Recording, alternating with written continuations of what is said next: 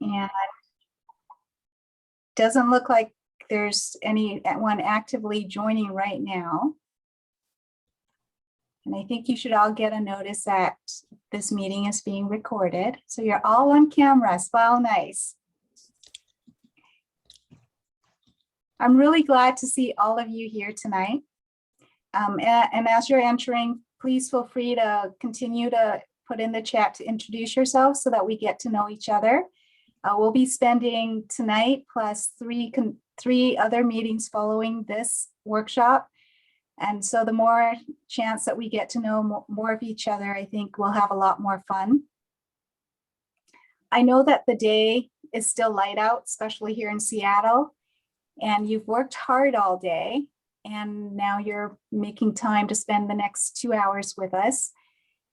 And I do hope that our time together tonight will be enjoyable and that you'll walk away with something to think about, whether it's, oh, I got to meet someone new.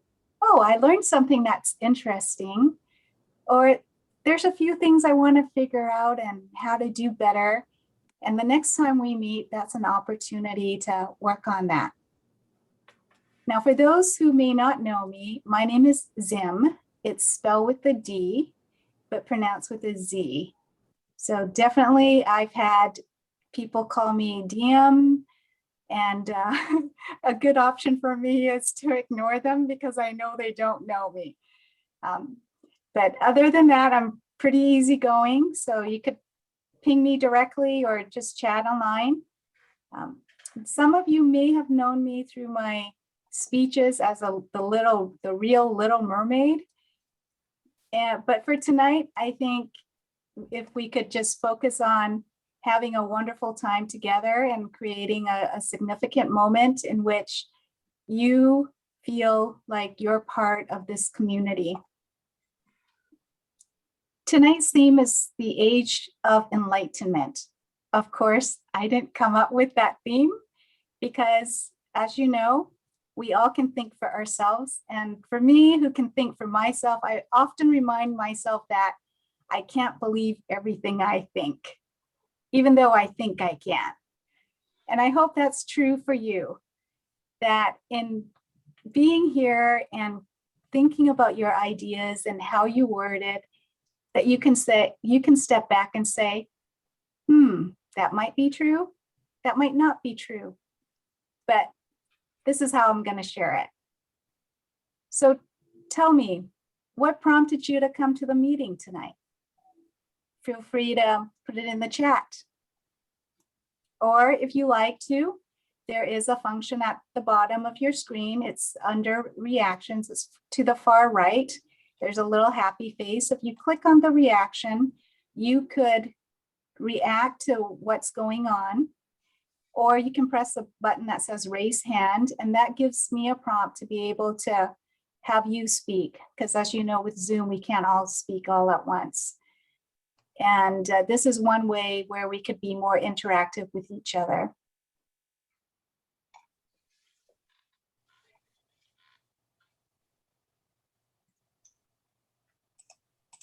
Okay, I'm going to share my screen.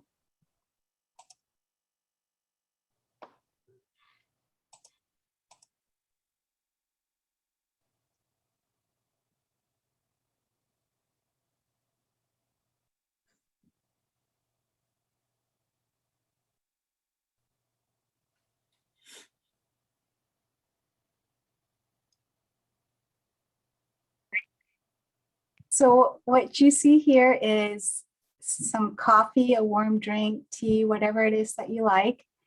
Put your phone away, spend some time with us, relax and enjoy. And in the Age of Enlightenment, I like to think that it's the idea where we come to an age where we realize that, hey, there are things that we want to do for ourselves. It may be the idea of desiring more knowledge, more freedom, more independence, or the idea that it's time to speak up. And I think for most of us Toastmasters, it's about discovering our voice and gaining the confidence to tell our stories. And all of you have given many speeches already. All of you have put in many hours and thoughts into writing them. And then you think, well, if I've done all that, why do I need to come to a writing workshop?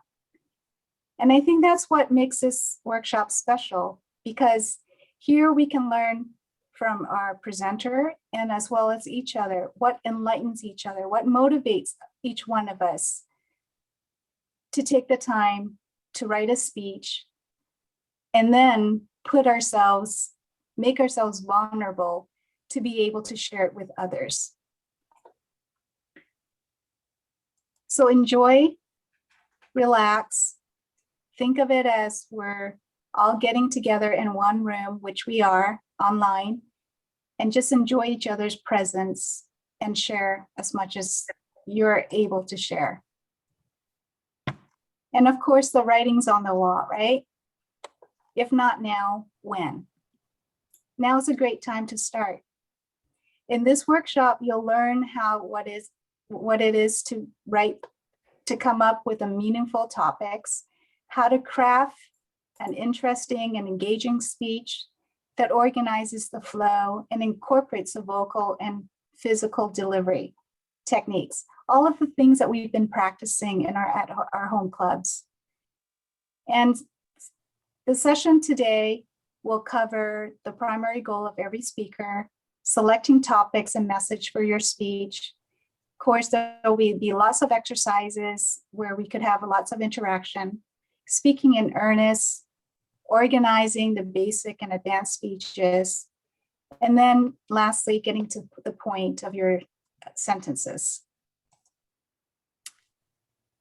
I would also like to just take a few minutes to acknowledge our sponsors for these workshops. Constructive Communicators, Speak Out Advanced Seattle, and Seriously Funny. Now, the first one you may not have heard of because it's a brand new club that I am helping with to charter. We have just reached 20 members to charter this brand new club.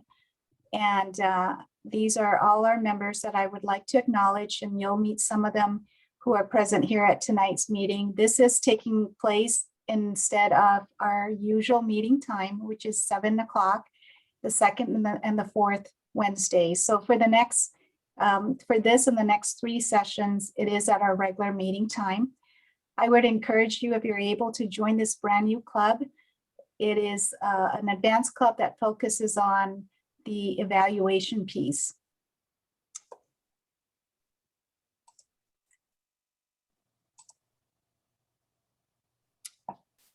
I would like to now introduce you to someone who is a self-proclaimed student of public speaking. He became a student the moment he walked into his Toastmasters club almost 30 years ago. And since that time, he has helped to form 26 Toastmasters Club and taught in many of the Toastmasters program. He has been involved in coordinating and instructing many of the youth leadership programs, and of course, the crash courses in public speaking that has occurred in junior high schools, universities, corporate and community settings. He's also an avid speech contest competitor in the district, and you could see here that he has numerous trophies and medals of his winnings. Too many for me to mention to read all, but enough to know that he knows what he's talking about, because he does the walk, and he has demonstrated that he's very capable to be able to show us what his secret is. So for tonight's workshop, please join me in welcoming our speaker and guide, distinguished Toastmaster Lee Amatangelo.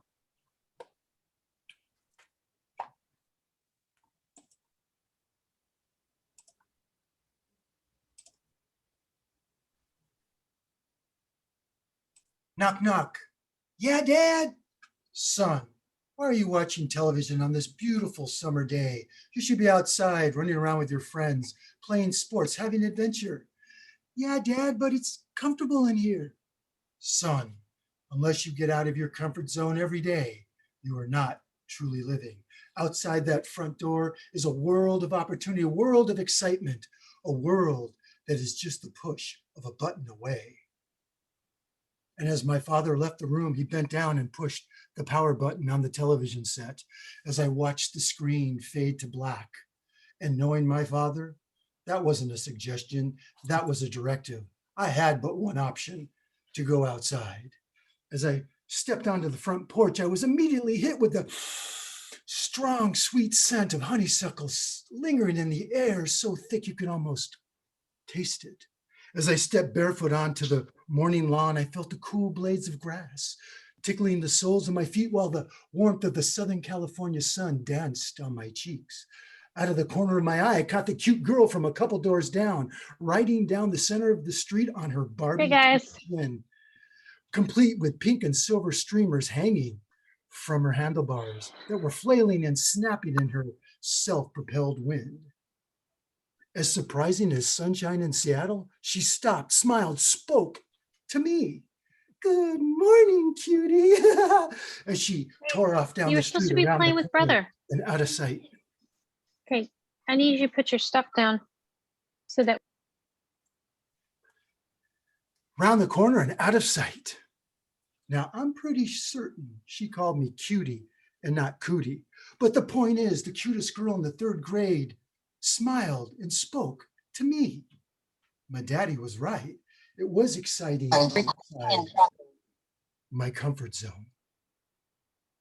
Thank you, Madam Presiding Officer Zim and fellow Toastmasters and friends. Have you ever made your life so comfortable that you never wanted to leave your comfort zone?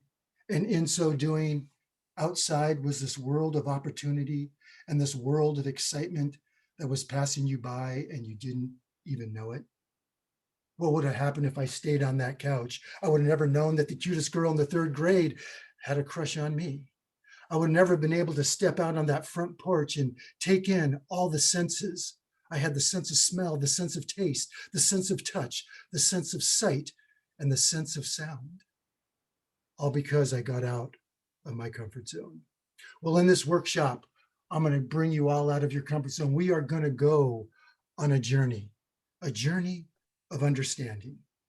I firmly believe that there is nothing in this universe that the human brain cannot understand.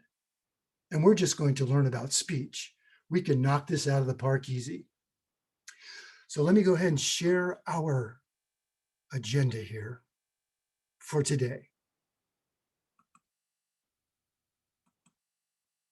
Okay. And I'll go ahead and put this in the chat as well. So we're going to talk about the workshop overall.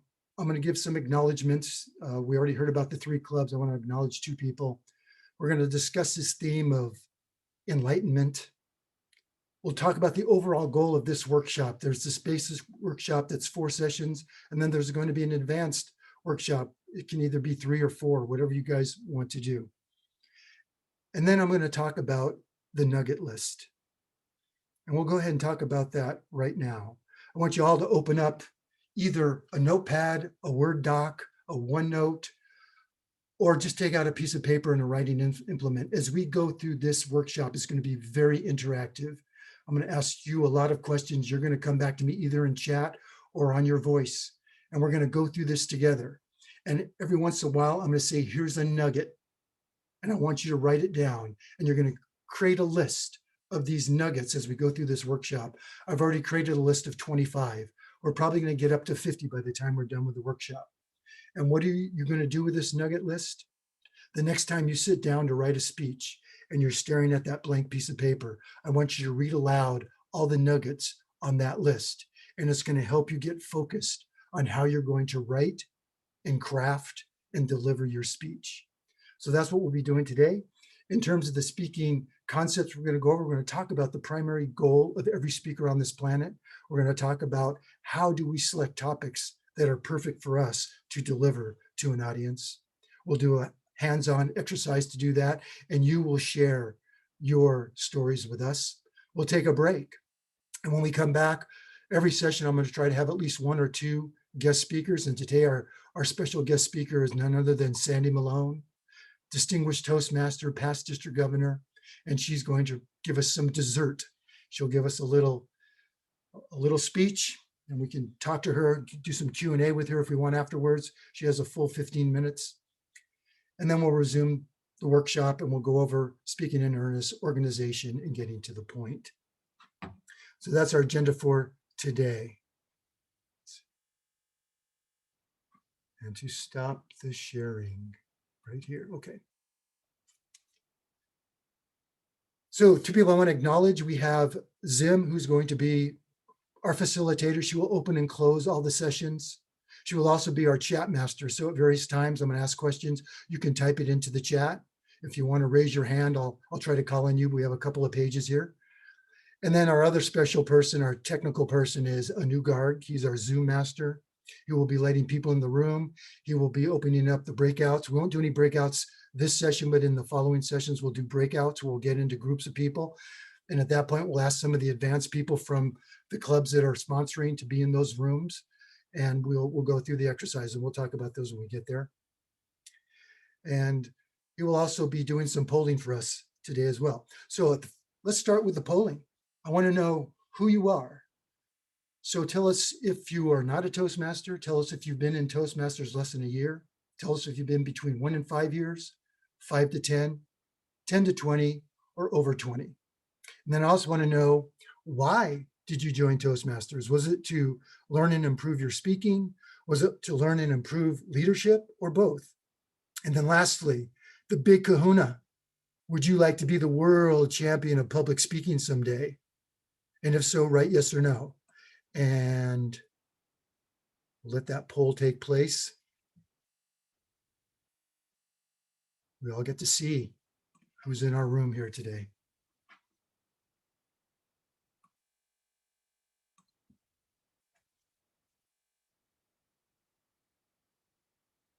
Okay.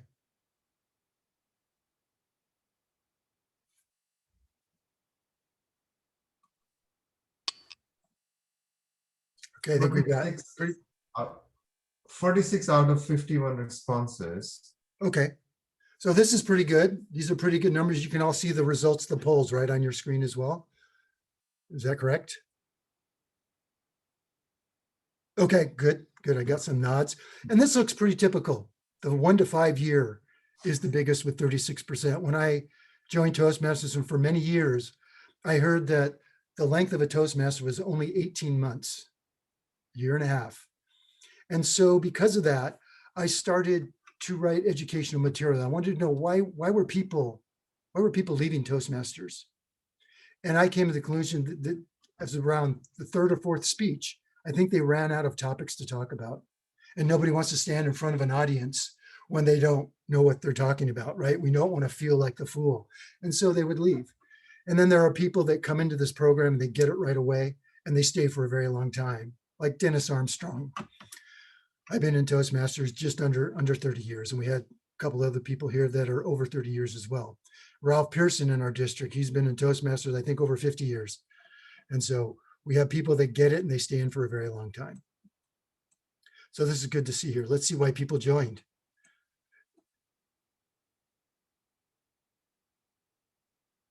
Okay, so looks like the majority is to learn and improve speaking, and a small percent. And then we got both. Okay. Okay.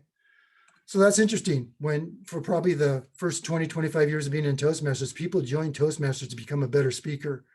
Bosses would tell their employees to join Toastmasters. Spouses would tell their spouses to join Toastmasters. People that were fearful of speaking would hear about Toastmasters and they would join. That would be the #1 reason why people join. But now our motto is where leaders are made. So we get more and more people in the last 4 years saying they joined because of leadership. And I think our poll shows that as well. And now let's see how people are doing with the World Championship of Public Speaking. Okay, 55%. I hope by the end of this workshop, we get this closer to 100%. Why would you pursue any endeavor if you don't want to be the ultimate best in that endeavor? That should always be your goal, whether you reach it or not. This will make you the best in that endeavor. So, okay, very cool. Thank you, Anu, for doing the poll for us.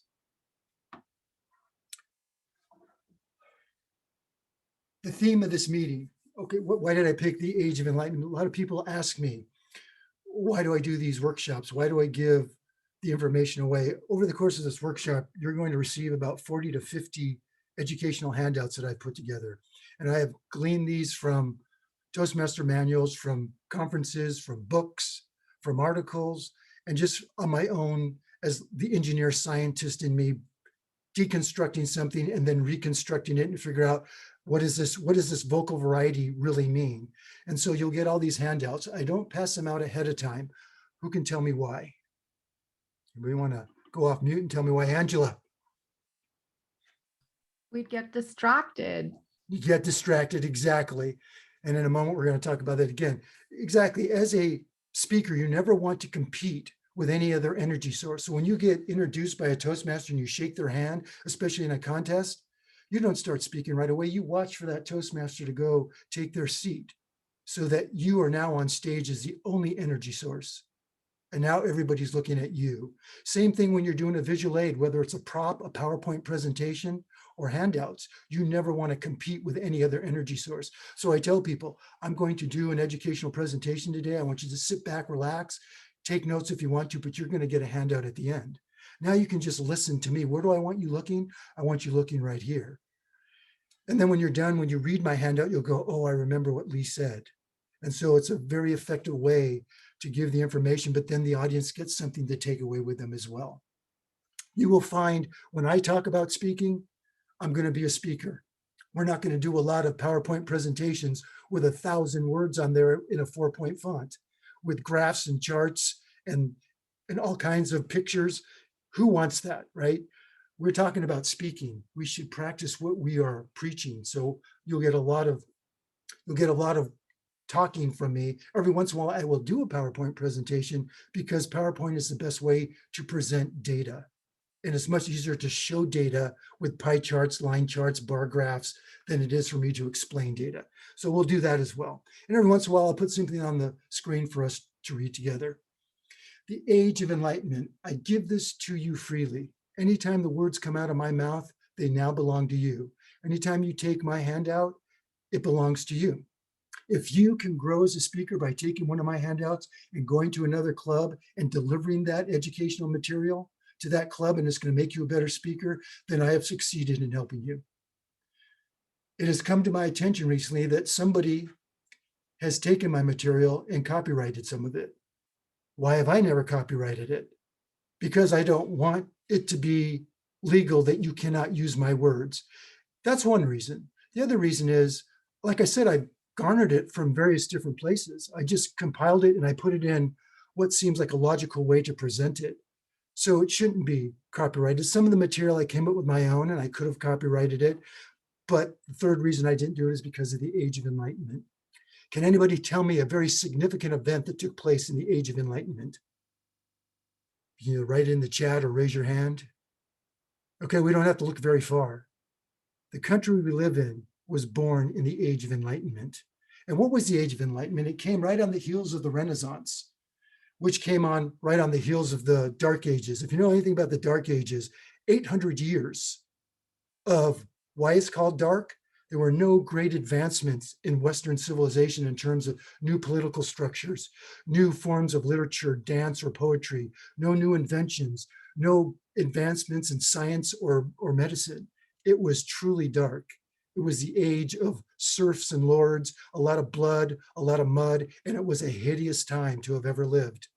And then finally came this Renaissance, this rebirth of knowledge. And we had painters and writers. We had people like William Shakespeare and his close friend, John Donne. So we get these great works of plays and poets and sonnets. And we have John Donne, who is in a church delivering sermons where people came from miles around to listen to this metaphysical poet deliver these amazing sermons. And we had the great artists of Michelangelo and Leonardo da Vinci, and the world is growing and we have great advancements in science and medicine. And then right on the heels of that, we have the Age of Enlightenment. And two great events took place then. We had the French Revolution and the American Revolution. And this is the first time in the history of the human experience that those that were oppressed rose up against the oppressor. they were enlightened that we're not going to take this anymore. And so Thomas Jefferson writes the Declaration of Independence. Does anybody really know what that document is? It's a letter from the colonists to King George III to say, basically, we quit. And if there could have been a more pertinent person to write this letter, was this lofty idealist, Thomas Jefferson, who wrote it on 2/3 of a sheet of paper. So the bottom third, the rest of the 55 demigods that went about the business of creating this new republic, could sign it. And there was one person that literally loathed King George III, and his name was John Hancock. And he wanted to sign that Declaration of Independence first. And he went right smack dab in the middle of that space. And he wrote in his best penmanship a very legible John Hancock with a lot of swirls. And basically, it's John Hancock saying, F you, King George III. So every time you look at that document now, you'll see the power of those signatures. He's basically saying, we don't want your tyranny anymore. And this was the age of enlightenment. And in this age, whenever you developed anything, you freely gave it to society. You came up with a new form of literature, you freely gave it to society. You came up with a new political system, you freely gave it to society. You came up with a new invention, you gave it to society. So let's talk about one of these founding fathers who was also an inventor. His name was Benjamin Franklin. And we all know about his story. He flew this kite in a thunderstorm. Does anybody know why? Does anybody know why he flew it in that thunderstorm? Because he wanted to do an experiment about lightning, about electricity. And when there is a thunderstorm, there's lightning, which is electricity. And he postulated that electricity will much rather go through metal than it would to go through air, a tree, or some structure. And so he flies this kite. And typically when we see the little political cartoon of Ben Franklin flying this kite, there's a little key hanging off by his hand. That could be no further from the truth. The whole point of the kite was to take a chunk of metal up into the sky. So the key is actually by the kite. And then he sees the lightning hit the metal. Can anybody tell me what he invented from this experiment? Go ahead, put it in the chat if you like. Anybody have an idea? He invented the lightning rod. The lightning rod is the invention that has saved the most human lives, the most structures in any invention ever created. And what is a lightning rod? It's just a 6-foot piece of metal that you affix to the highest part of your building or structure. And then you run a wire all the way down to the ground, and then you pound another 3 to 6 foot metal stake into the ground, and you attach that wire there. And so when the lightning comes, it hits the rod, the electricity comes down through the wire, and then it just dissipates into the ground. And a reporter came up to Ben Franklin one day and said, how come you never patented that invention? And Ben Franklin looked at this man and he said, if you come to me with your unlit candle, I gladly let you dip it into my lit candle, thereby illuminating you without darkening me. And that phrase from Ben Franklin encapsulates the Age of Enlightenment. When we learn knowledge and we give knowledge to somebody else, we don't lose that knowledge. We don't become dumb when we give our knowledge away. Those people become enlightened. So now let's do a thought experiment about the Age of Enlightenment. We're going to have 2 villages, and in each village, we're going to have 100 people. And here's the one precept that we're going to say in this thought experiment. Every individual has one great idea in their lifetime. In one village, these people are all to themselves. They never communicate with each other. There aren't any Toastmasters clubs in that village, and they don't share their knowledge with each other. Okay, in this other village, these people communicate with each other all the time. They share ideas with each other. They have a Toastmasters club in this village. Let's go back to this village. In this village here, there was a person who invented the electric light bulb. At night, only one house in this village is lit up. There's another person in this village invented the cell phone technology. But because he doesn't share, he's the only one with a cell phone. And we know how valuable just one cell phone is. Not a lot of talking going on in that village. And then there was another person in this village. He came up with a new technique on how, if a person's having a heart attack, if you perform this, you can save their life. Ironically, that individual ended up suffering a heart attack. No one knew the technique, and sad to say, he's not with us today. Over in this village, we had a person who invented the electric light bulb. And at nighttime, all the houses in that village are lit up. There's also a person in this village who invented a cell phone technology. Everybody has a cell phone in this village, and everybody communicates with each other all the time. And there was a person in this village came up with this great technique that if you use it while someone's having a heart attack, you could save their life. Ironically, that person started having a heart attack. 6 people jumped in, and I'm happy to say that that person is with us today. I have one question for you. Which village do you want to live in? This is the age of enlightenment, and I want you all to embrace it and go through life sharing your knowledge with as many people as you can. And that's the real reason why I share all of this with everybody, and it is yours. Okay, let's start going through this workshop, and I have my first question for you on the workshop. What is the primary goal of every speaker on this planet, whether it's the shoe salesman in the mall, it's the teacher in the classroom, it's the lawyer in the courtroom, it's the coach out on the practice field, it's the CEO talking to all the employees of the company, or it's a person standing in a Toastmaster meeting delivering a speech? What do all of these speakers and every other speaker on this planet have as their primary goal? Go ahead. Okay. We have Okay. Carrie saying deliver a message. Yeah, Randy Carrie doesn't get to play this, so we're going to ignore hers for a second. Let's read all the other ones. We'll come back to Carrie in a second. Okay, go ahead, Carrie- read the other ones, Zim. Yeah, Randy to move hearts and minds. Sandy to connection with the audience. Okay, And that was ditto by Megan. okay, Schwapnil, explain the message to their end user. Neha, communicate the message to the right way. Christina, expand knowledge. Vandana, to enlighten the receiver. okay. And Okay. Thomas said, I have something to say. Who does? Just go ahead, unmute yourself. No, that's what's his answer. He has Oh, I something got to you. Right, say. right, I read that one. I have something to say to the audience. Okay, got you. Okay, those are all great answers. And they are some of the goals that we do, but it's not the primary. And Carrie has been in my club for many times, so she heard me say this. We keep everything very simple in Toastmasters. The simpler it is, the more effective it is. And our primary goal as a speaker in front of any audience is one goal, one primary goal, and that is to deliver a message to the audience. And it's not just any message, it is just one message.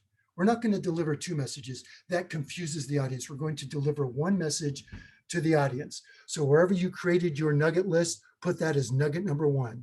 The primary goal of every speaker is to deliver one message to the audience. I won't stand up here telling you the importance for us as American citizens to vote every time there's an election, and also to change our motor oil in our car every 3,000 miles. Those are 2 different messages. They belong in 2 very different speeches. So always remember that, one message to your audience. Now, a lot of the other answers that we got are what we do as a speaker in order to accomplish that goal of delivering that one message. Yes, we have to communicate with the audience, and we communicate both ways. We speak and we hear, we speak and we watch, and we get dialogue from our eyes. But communication is not the reason why we stand before an audience. We can stand here and talk all day.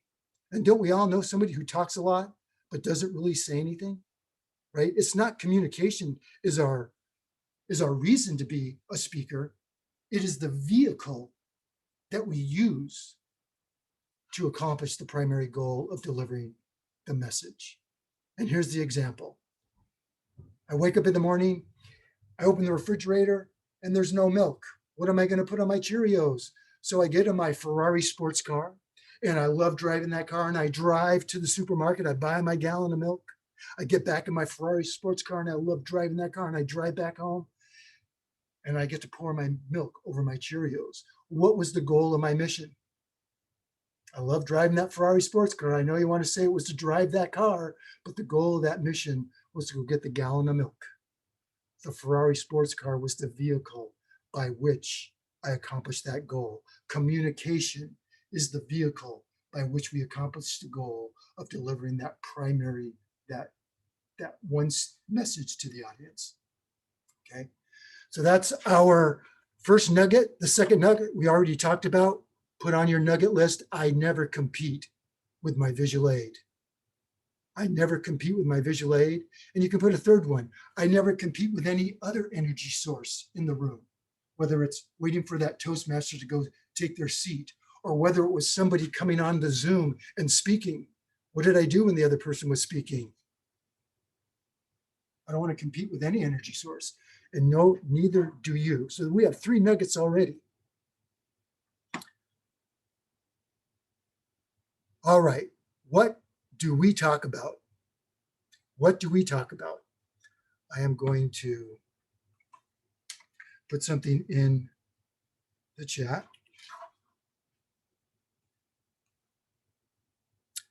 Oh, okay, let's do one more. Let's do one more here. I'm going to share my screen. And this is a very important.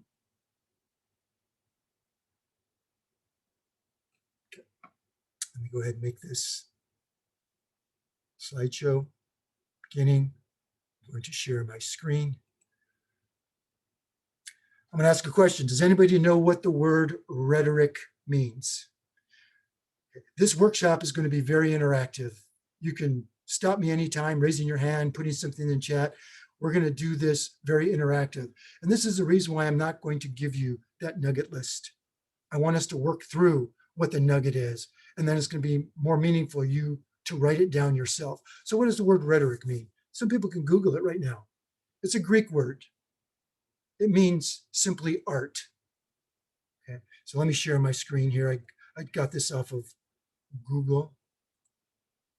Okay, let me know when you can see this. We have the word rhetoric. Can you guys see that now?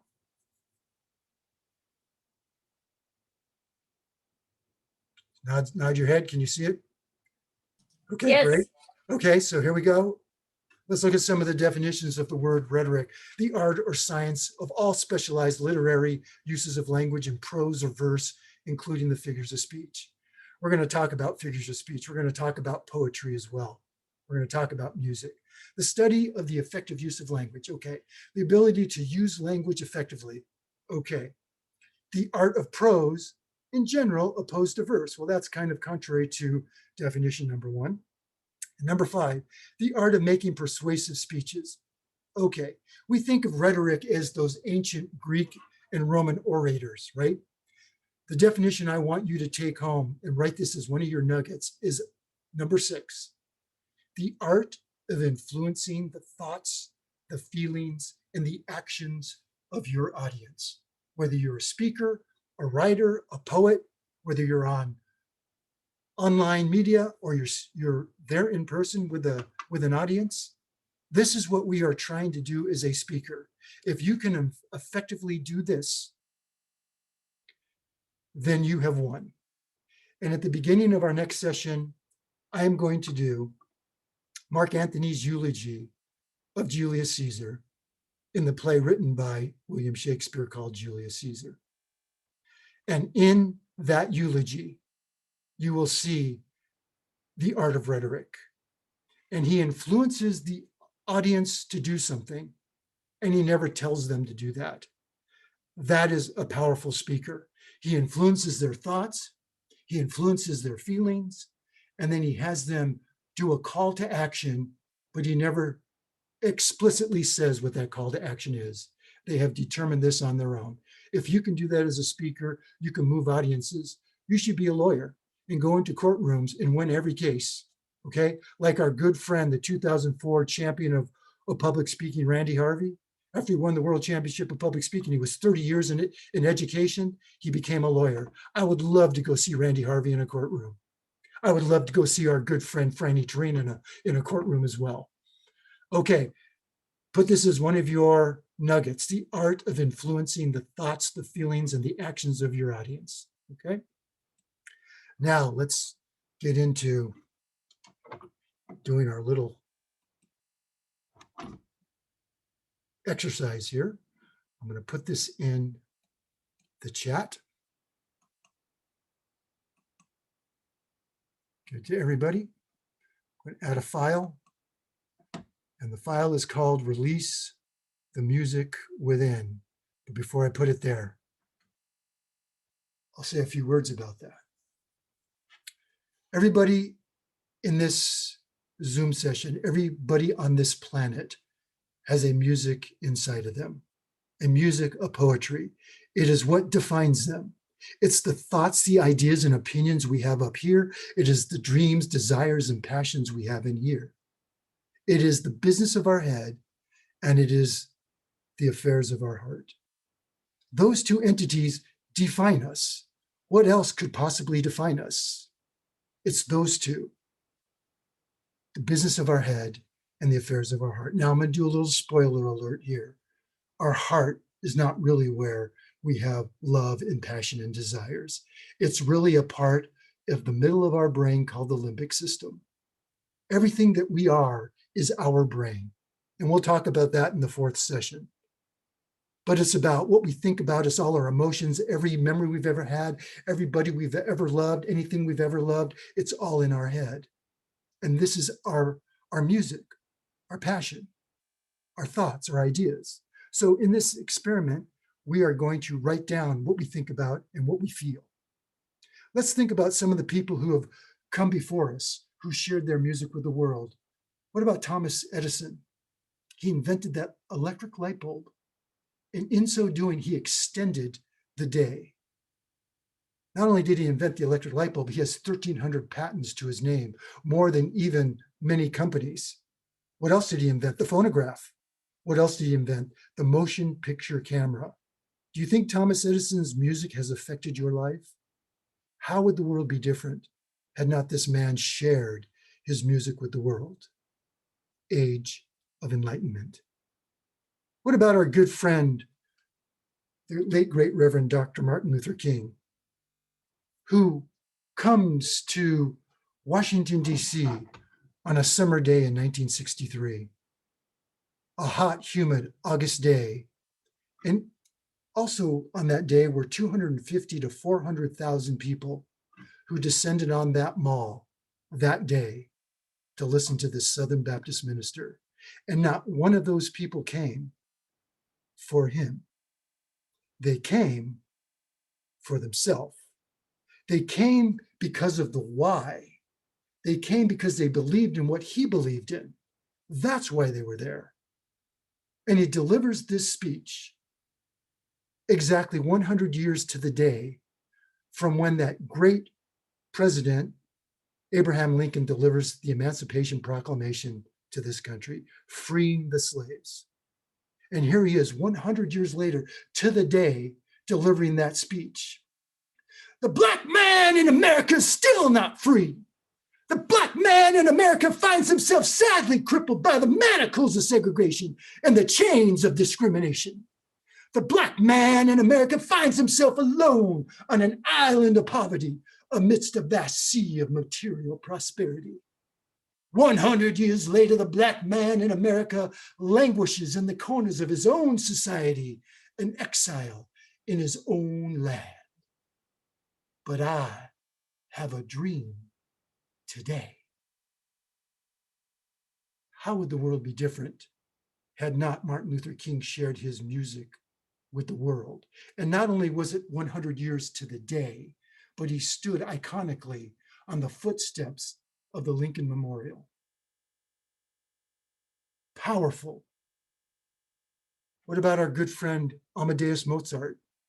In my college, they did this study when I was there. They would go to some classrooms and they would break them in half. And they said, this half, when you study, you're going to listen to Mozart.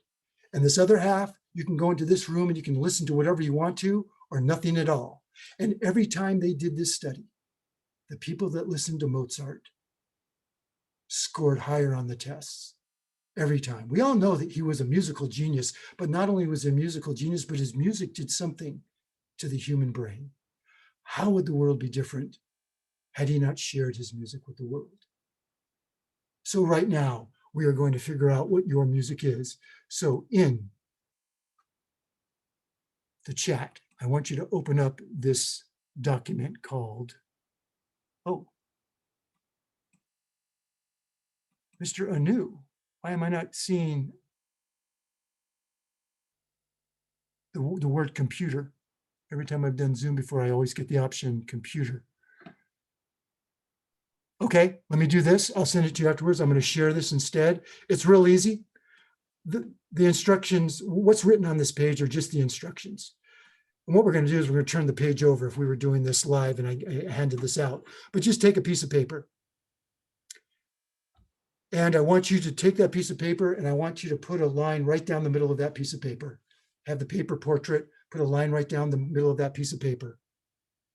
And on the left side of that line, I want you, without any analyzation, I want you to write words as fast as you can that pop into your head, things that you think about, your opinions, your thoughts, your dreams, your desires, your passions, whatever those are, write. So for example, you might, and put them in very general terms. I like photography, put the word photography.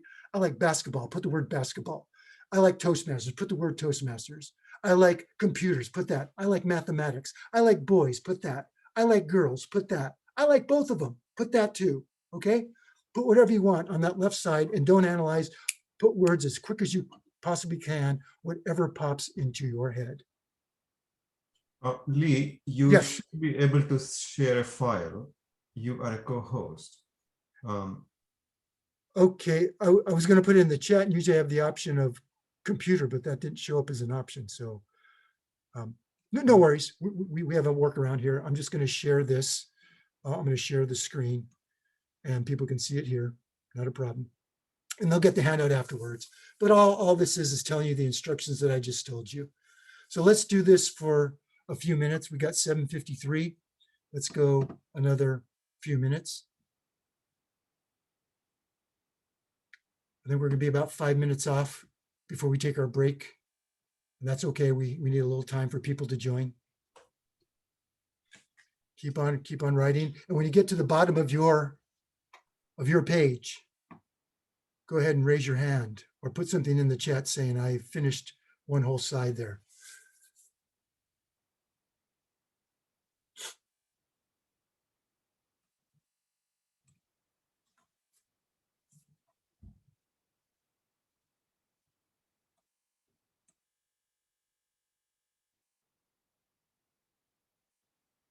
Okay, I'm going to go ahead and stop this so I can see you guys in gallery mode. Keep on writing, keep on writing. Raise your hand if you get to the bottom of your left side, and we'll talk what you do next. All right. Got 2 people who are done. Okay, good. Give a couple more, we'll give 1 more minute.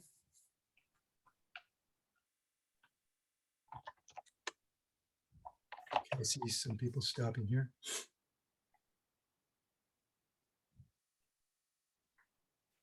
Keep on writing, keep on writing. You have a lot of music in you.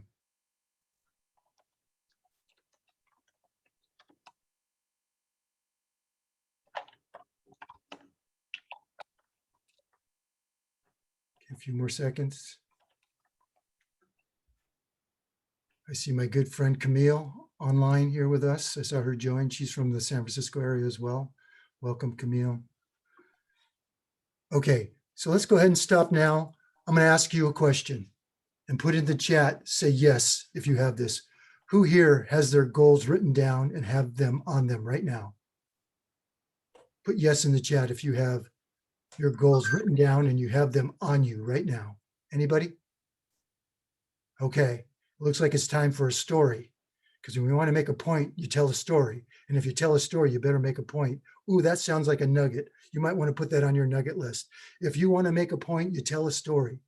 And if you tell a story, you better make a point. Who here knows who Florence Chadwick was? Anybody? Okay. Oh, so we got the Bogland fan. You have your goals written down on you. Is that a yes? Yes. Okay. Did you want to share those with us? Why don't you go off mute and tell us what those goals are? So we only had one person here in a group of 52. Did you want to share those with us, Bogland? Bachman says, I keep my motivations written down always. Okay. All right, do you have them with you? Okay, maybe not. Okay, it's important to write them down so we can see them, but it's also important for us to keep those. So what we just did, we're going to be creating our goals in life. From that, what we did, we still have a second half to do, and then you keep the sheet with you and you continue to add to the sheet, but we'll get to that in a second. So let's talk about having our goals and seeing them. So does anybody know who Florence Chadwick was? I don't think anybody said yes. Okay, Florence Chadwick was an English swimmer, and she holds the distinction of being the first woman to ever swim the English Channel in both directions in one trip. And now, on July 4th, 1955, Florence Chadwick finds herself in very frigid Pacific waters. It's July 4th, 1955. She actually happens to be in Southern California waters. And her new goal in sight now is to swim from Santa Catalina Island to the coast of California. But this meteorological event had taken place a couple of days before this event was to take place, and the air got really cold, the water got cold, and there was a thick fog over the water and the land. And here she is, still going to go try to accomplish this goal. And she's in the water and she's taking stroke after stroke as she leaves Santa Catalina Island, headed toward the coast of California. But she wasn't the only person in the water that day. Just like anybody who needs to accomplish something, we have a support team. And in a boat next to her was her mother and her coach. And with every stroke that Florence Chadwick took, her mother and coach would say, "You look strong, Florence. You're looking good, Florence. You can do it, Florence." And she kept taking stroke after stroke. The fog was getting thicker and thicker. But that wasn't the only boat in the water that day. There were 3 other boats. There was another boat on the other side of her. There was a boat in front of her and a boat behind her. And in those 3 boats stood men with rifles. And their whole objective that day was to make sure that the sharks did not encroach upon Florence Chadwick's swim space.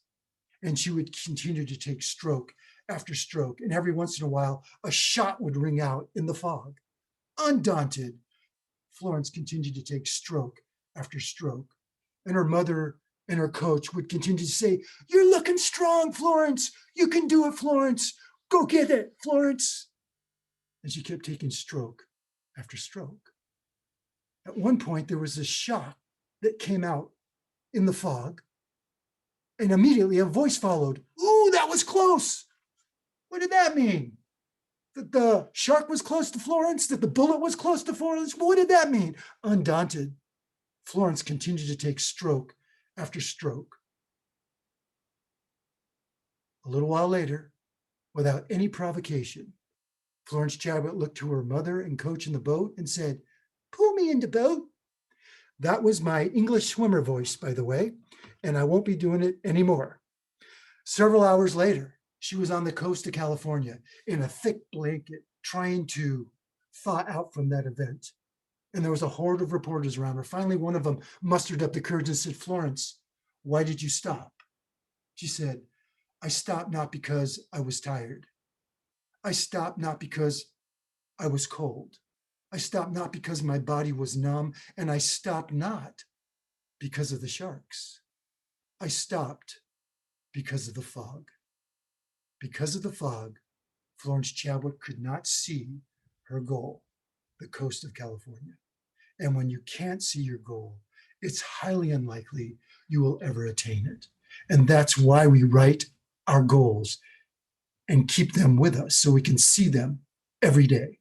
It turned out when she stopped swimming, she was only 150 yards away from the coast of California, but she was swimming parallel to the coast.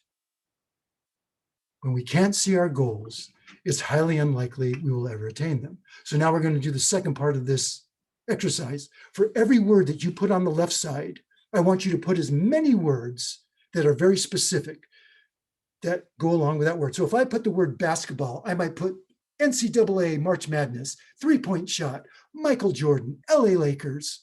I will put a bunch of words that are specific to that general term and put as many as you like. And when you're done, move to the next word on the left side of your sheet of paper. And again, put as many words as you want. If you put the word family, put the names of the people in your family, okay? If you like photography, tell us your favorite photographer, tell us your favorite picture, tell us what you like about photography, but put those words on the right side.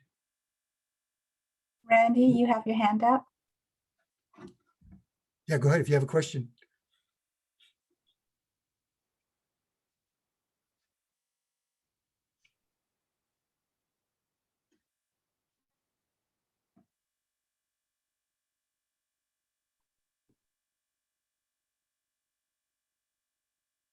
Randy, was there something you want to say? You got your hand up.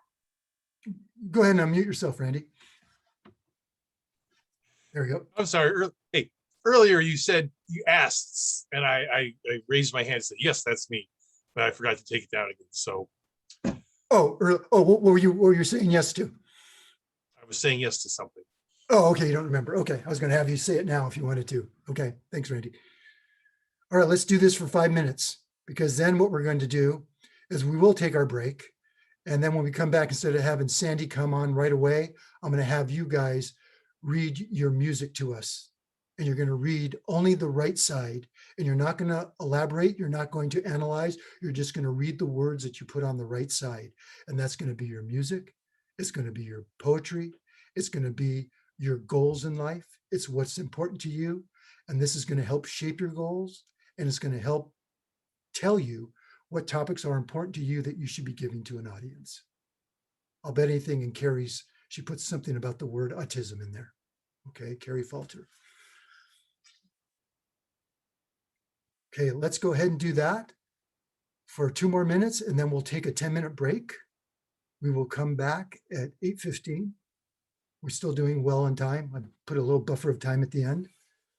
So continue doing that. If you want to work over the break and make your poetry even longer, we want to hear it. The greatest cultural crime you could ever commit is to never share your music with the world, second only to committing murder. If you never share your music with the world, what a shame that is.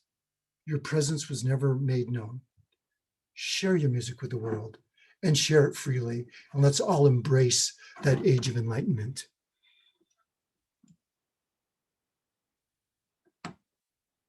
Okay. Go ahead and work for another minute, and then we'll take a break. We'll come back at 8:15. Does anybody have any questions at this point? I'll take questions right now. I will spin through the 3 pages here. Okay, I don't see any hands. All righty. All righty, feel free to go take care of any business, get some beverage, get a cookie.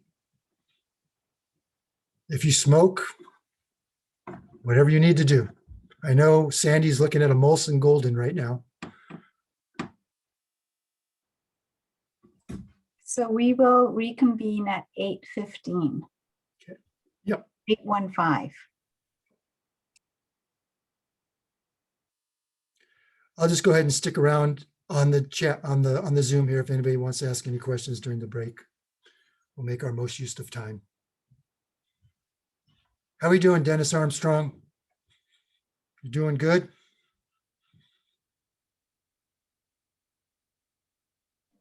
Still working on the list, Very good. right-hand Good. list. That's what I want to hear. Keep working it. Take out a second sheet of paper if you need to. This is important for you, not just for Toastmasters. All right.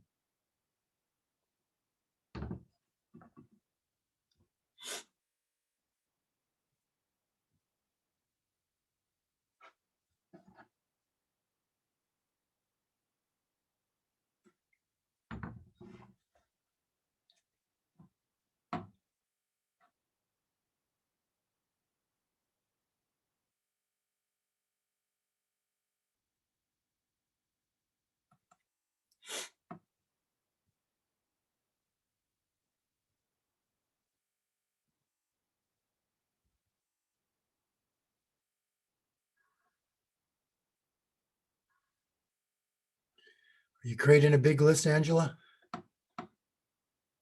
Good, good, good.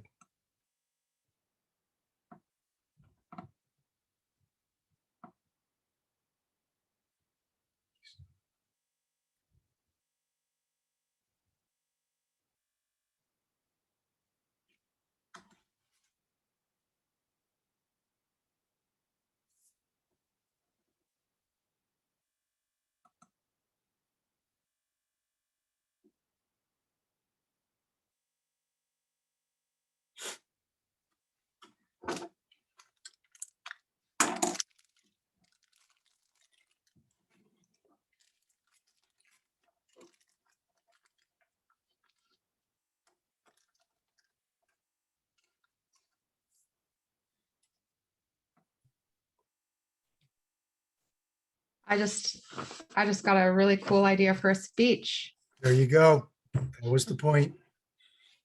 You're going to get much more, as we talked earlier.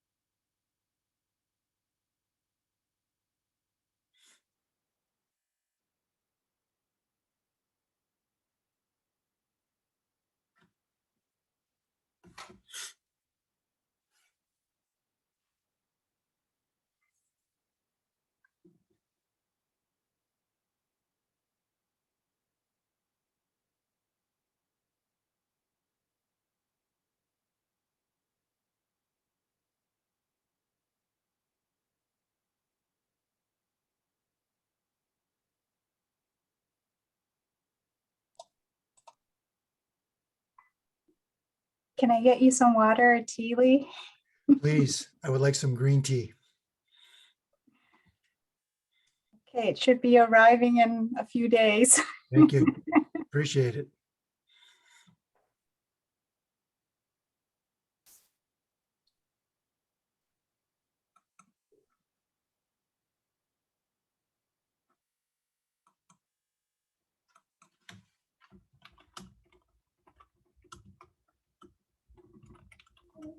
Are you done, Carrie?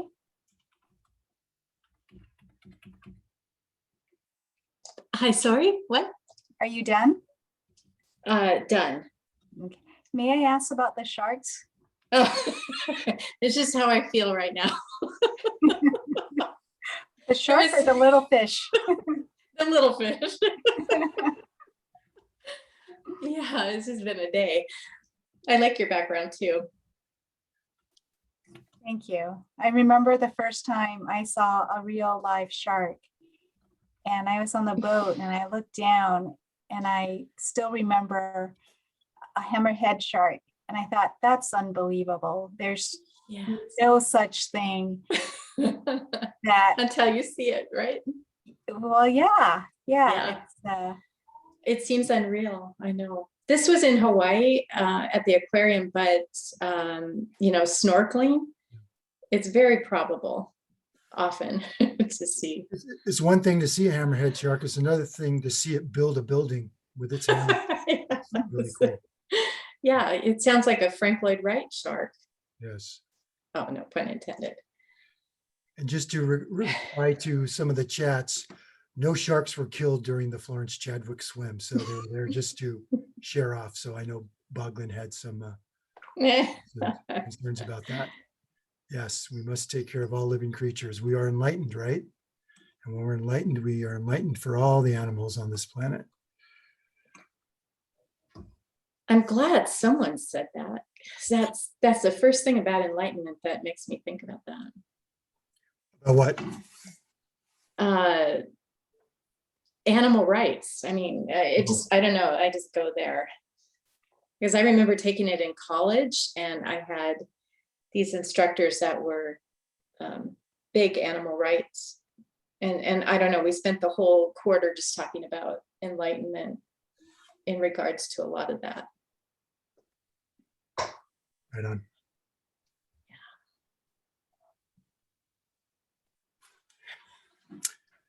Miss Sandy Malone, do you want to chat me one-on-one and tell me what your title is? Sure, I can do that. And anything else you want me to say to introduce you? If you want me to just keep it, it's up to you.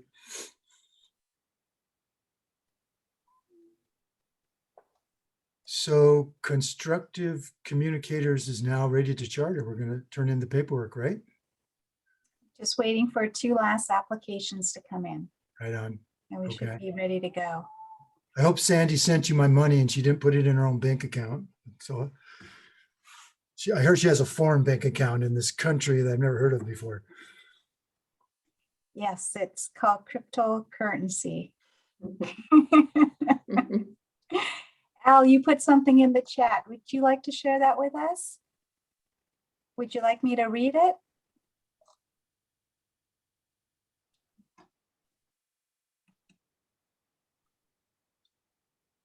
It's there in the chat if anyone would like to read what Al shared.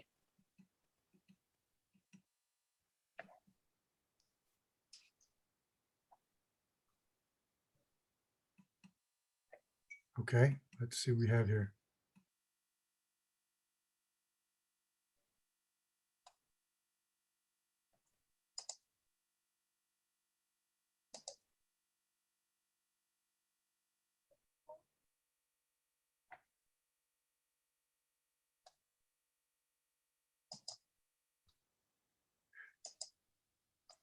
My goodness, Eric Carl died. Who did? Eric Carl. Oh, Eric Carl. You know, the Hungry Caterpillar, Run Bear, stuff Yeah. like that. He Yeah. died. Today, huh? That's sad. Okay, we got 1 more minute. We're going to reconvene.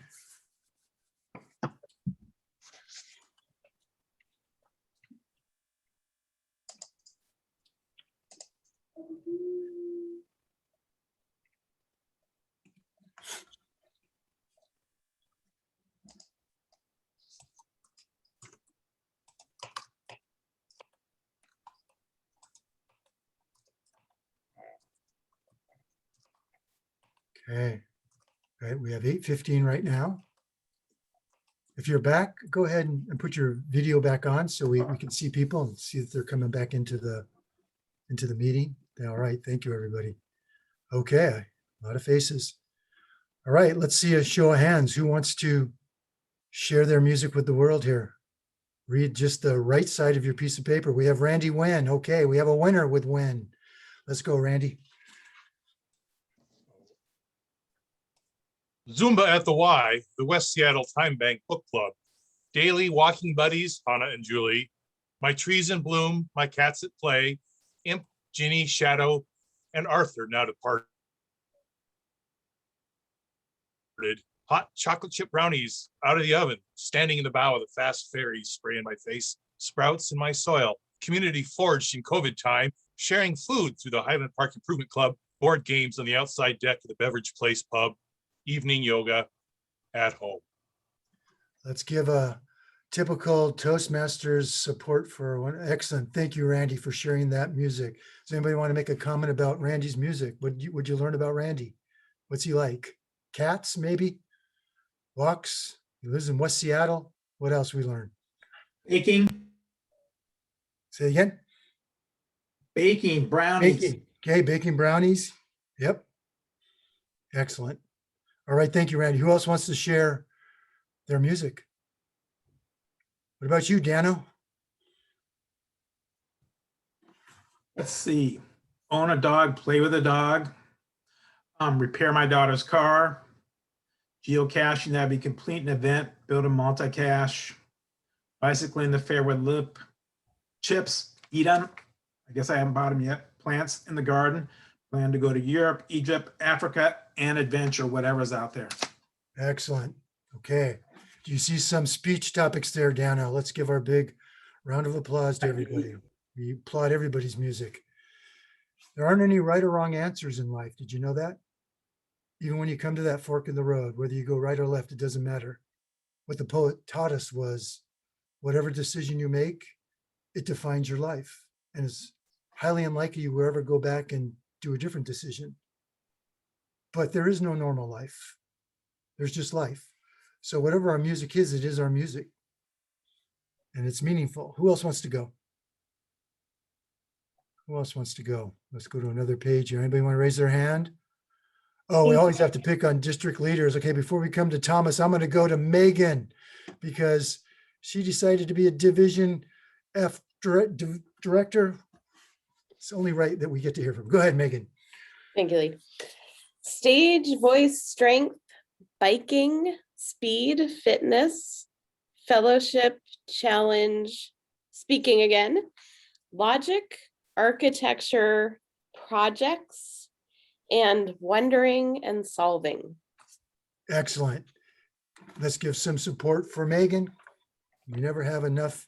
I like the universal sign of clapping than the actual clapping. My wrist gets so sore. I almost dropped out of Toastmasters because of that. All right. Thank you very much, Megan. Did you find topics for your next speech in this exercise? 100%. Excellent. Okay, Thomas Jacobs, you were next. Let's go. That was from the right side of the list, right? Just the right side, yes. Iceland, because I love numbers. Terminator, New York Steak. Score. Angel's Landing, STP, La Quinta. Love, Not in Traffic. Evaluating. Roast beef, Sun Valley, Sun Valley. Chocolate with salt. Sauce, Pie, Wallop Lake, Writers and Cast. Excellent. Bike rider that loves chocolate. Can't go wrong with that. Okay. Camille had their hand up. Okay, go ahead. Camille? Camille Miller? Where's Camille? Actually, I was just clapping, but I can go. I can go. Yes. Can you hear me? We hear you. Let's go, Camille. Let's hear some music. Okay. Food, love, movies, Toastmasters, men, clothes, perfume, humor, hair, color, rain, music, oceans, pillows, running, and that's it. Oh, jewelry. Jewelry. You know what, Camille?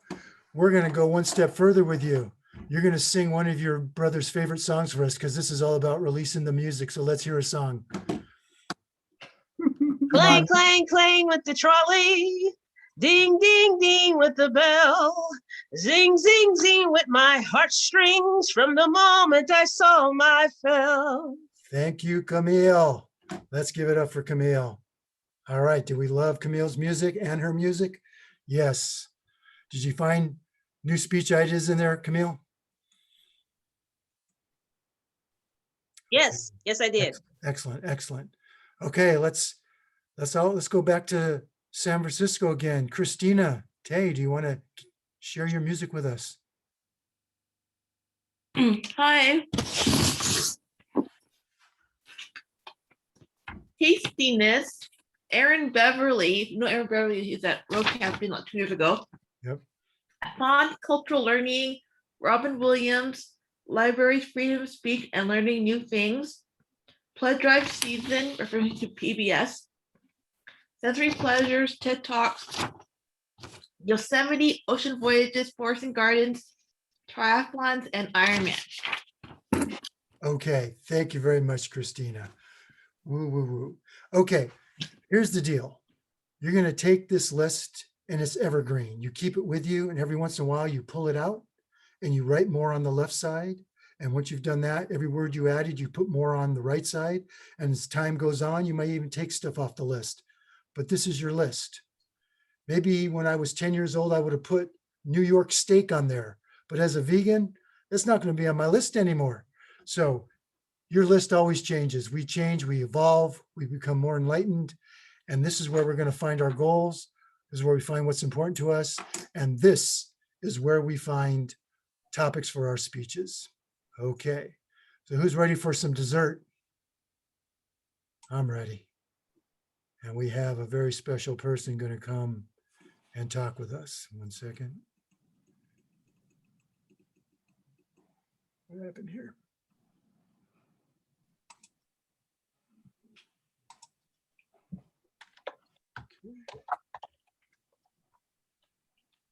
Okay, keep on writing your lists. Okay.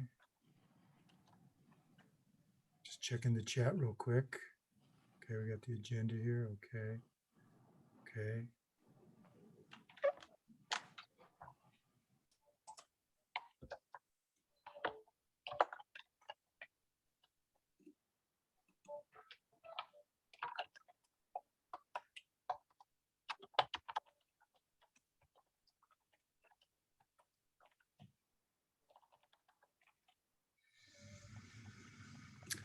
Okay, one more time, Sandy.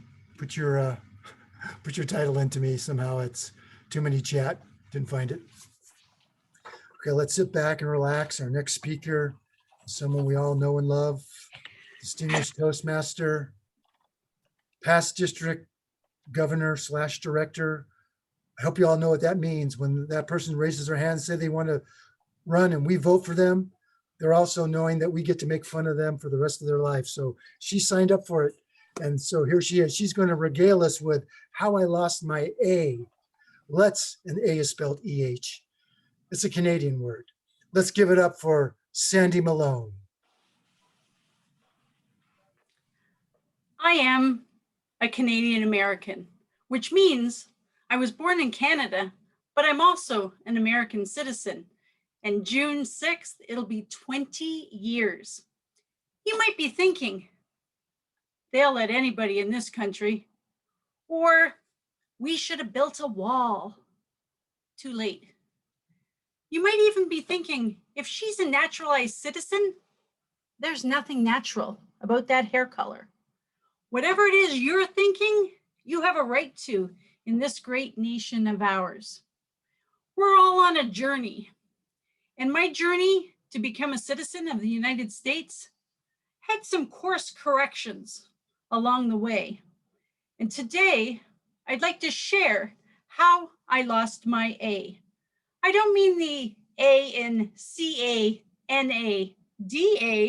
but rather, Lee, you gave it away, the E-H at the end of a sentence, for which Canadians are well known. When I was a child, I was a brat, a military brat, that is, and I moved around a lot. So moving to America, I have a secret to tell you. Canadians are afraid of America. And I'm not sure if it's the guns, the politics, or because you stole our national treasure. That's right, the great one. Number 99, Wayne Gretzky. We still have not forgiven you. Why couldn't it have been Justin Bieber? Anyway, let me get on with my tale. In 1989, my husband Bob was accepted for postgraduate studies at Virginia Tech. The Canadian military was footing the bill. And with most military moves, a house hunting trip is what you get ahead of time to go check out the area. So we went down to America. I already told you we're a bit afraid. One of the mornings we were leaving breakfast at the caboose located at the Holiday Inn. And as we were leaving the table, the waitress yelled, "Y'all come back now, you hear?" We wandered, waved politely, walked to our car before breaking into fits of laughter. Oh my goodness. How could we be afraid of America when it sounds just like the Beverly Hillbillies? So off we went. That summer with our 6-week-old baby, 1989, we moved to Virginia. Now, Virginia is located in the South. And because we're out of country, the Canadian military gave us what's called a foreign service allowance, which I like to call danger pay, because it was in Virginia where we learned to shop at Walmart. And also in Virginia, that's where they're known for their kindness, hospitality, and talking real slow that even Canadians can understand most of the time. But they're also masters of disguising insults in flowery language. For instance, oh, little Susie, ain't she a pistol? That's code. Little Susie's a brat, like a real brat. Or, oh, Aunt Ethel, bless her pea-picking heart. That just means Ethel's dumber than a box of rocks. Now, my neighbor Lori, she was born and raised in Virginia, and apparently she must have missed something in that etiquette book for Virginians. Because one day when we were talking, she nearly laughed in my face. And I said, what's so funny? She said, oh my gosh, it's so funny when you say A. Really? You say huh when I say thank you. Well, being that I moved around a lot and I was used to fitting in wherever I was, when Virginians start making fun of your accent, it's time to make a change in order to fit in. So I placed a fashionable bracelet on my wrist, and whenever I caught myself saying A, I would just snap it. At the end of 2 years, I had pretty much cured myself of saying A. And Bob, well, he had himself a master's in systems and industrial engineering. So it was back to Canada for us for 3 years until Bob got out of the military and got a job, you guessed it, back in America. This time though, it was in New Jersey. I know what you're thinking. That's what we thought too. It's in the north. We're gonna fit right in. It was just outside Atlantic City though. We were willing to take a gamble, which we think has paid off big time since then.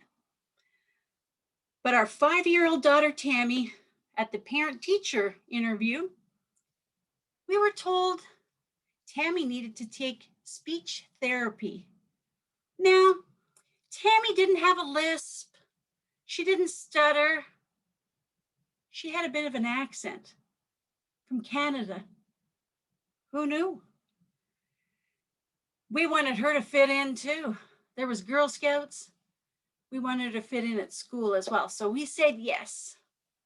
So 6 months, she took speech therapy.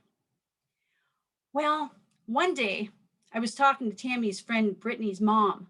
They were moving because I thought perhaps this was an isolated incident.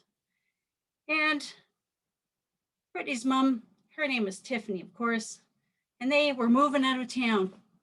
And so I asked Tiffany, I said, Tiffany, have you sold your house yet? She said, my hose. Yes, your house. My hose? Tiffany, do you still have a for sale sign on your front lawn? Oh, my house. Yes, your house. No, not yet. Well, thankfully, we spent 3.5 years in New Jersey, and we escaped just before Tammy got herself a full-fledged New Jersey accent, and we moved this time to Washington. Yes, Washington State, closer to Canada. This time, we won't need a translator. At least that's what I thought, until I got into insurance, where I say the words outhouse and about, not always in that order, a lot. And not a week goes by that someone doesn't say, can I ask you a personal question? Oh, what is that? Are you from Canada? Why, yes, I am. Oh, I sure do love Canadians. They're so nice. Well, aren't they so? What I've learned by being an American citizen, it doesn't matter where you come from or how you talk. It's how you feel about fitting in. So get on out there and fit in the way you know how. Back to you, Lee.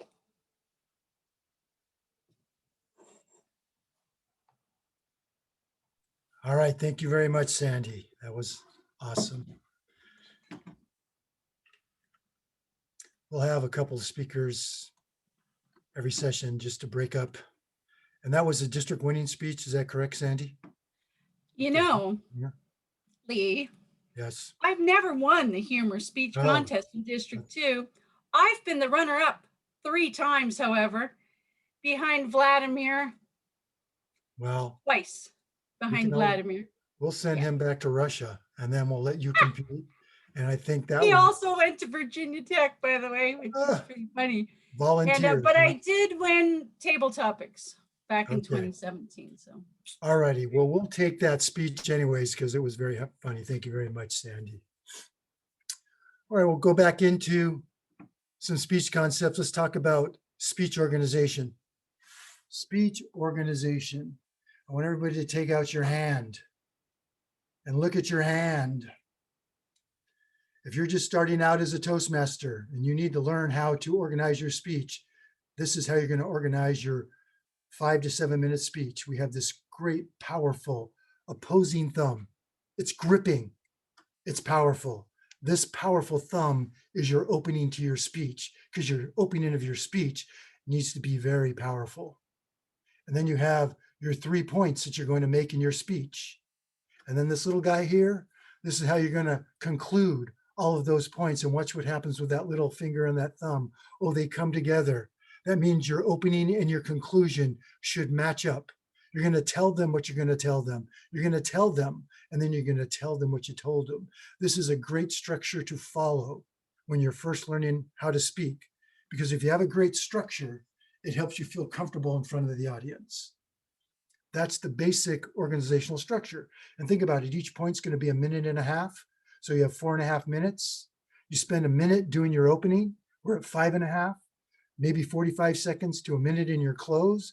We're at 6.5. We have 1 minute of buffer before we go over time. This is a perfect way to write your speeches, because the first order of business when you're first learning how to speak is to stand right here in front of an audience and do this as much as possible until this spot right here becomes your comfort zone. And then when this becomes your comfort zone, you feel more comfortable speaking in front of an audience. So an organizational flow helps you. It makes the presentation strong. It gives a foundational structure to the overall speech. It leads the audience through your speech. If you say, I'm going to talk about 3 points, and you talk about point number 1, and you're on point number 2, and you're just finishing point number 2, the audience knows that you're halfway through your speech. And then you do point number 3 and you do your conclusion. The audience wants to know where you're taking them. So you tell them up front in your opening where you're going to take them, and then you take them with little signposts along the way, point 1, point 2, point 3, and then your conclusion, okay? And your conclusion is going to be the take-home message. What's the primary goal of every speaker? To deliver a message. And at the end of your speech, the message should be very clear. And if it wasn't clear, tell it to them straight up. This was my message. I want everybody to go vote every time there's an election. It's no mystery what the message of that speech was. Tell it to them. Okay. When you have a good organizational flow to your speech, and you have transitions between sentences and paragraphs and then point to point, it helps facilitate the memorization of your speech. So once you've learned how to organize your speech, you now can start moving into removing your notes altogether. And that's why we have a great organizational flow to our speech. And now once you've removed your notes, what does that mean? That means you can stand in front of the audience without any barrier. You build a really strong connection with your audience. And your eye contact is not looking at your notes. It's always looking at your audience. You're not breaking the flow by keep looking down at your notes. So those are 2 of the most fundamental areas that you want to work on when you start to become a speaker, is great organization and then removing your notes altogether, because you've written them so well that the speech just flows. And now you're out in front of an audience with no barriers and you can make connections with them. That's the main reason we do organization. Now, that is called the basic organization to a speech.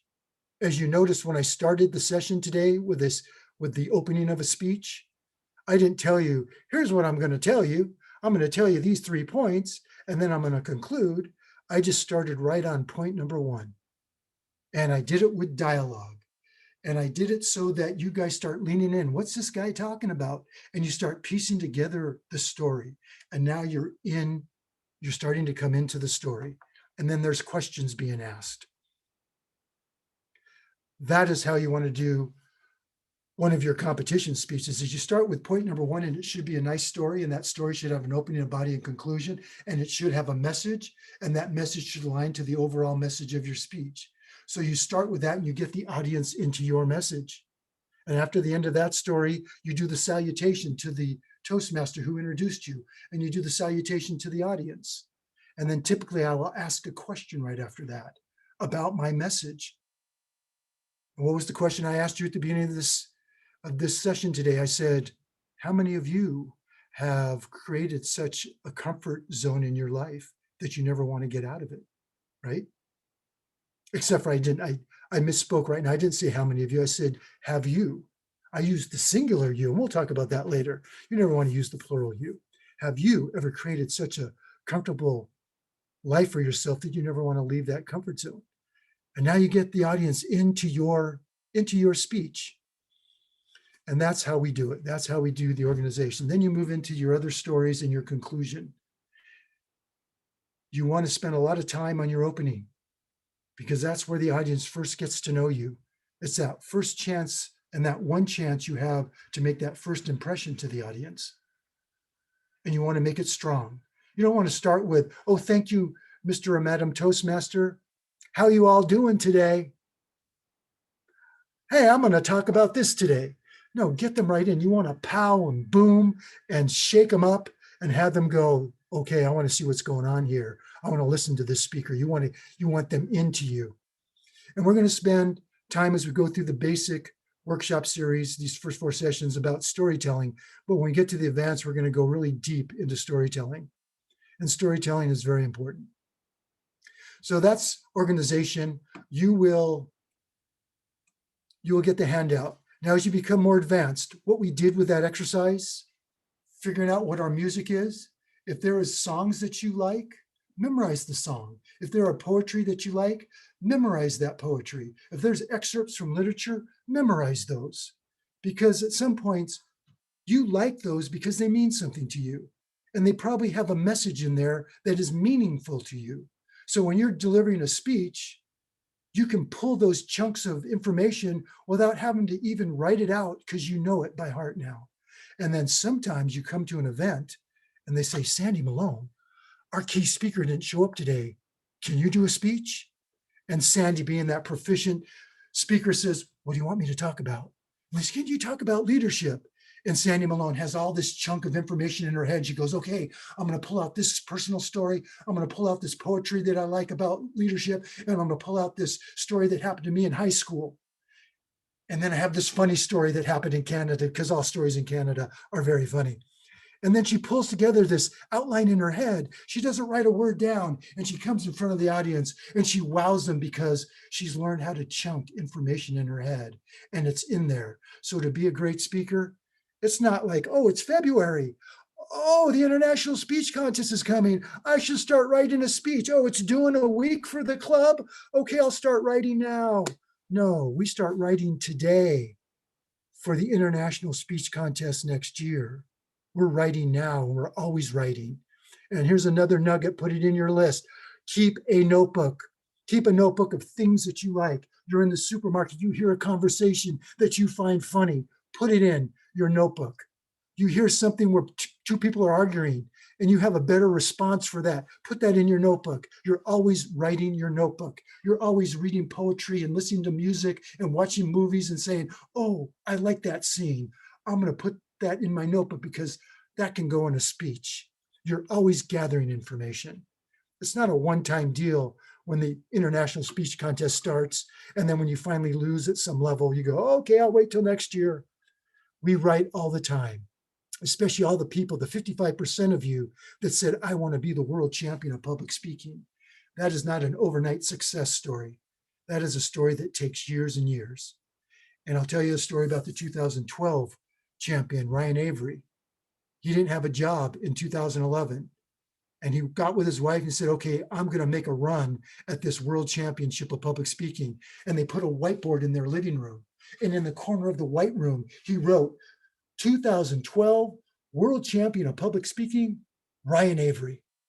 Boom. And then they worked on storyboarding this, and they got with Randy Harvey, the 2004 world champion, and they spent a year writing this. And guess what happened in 2012?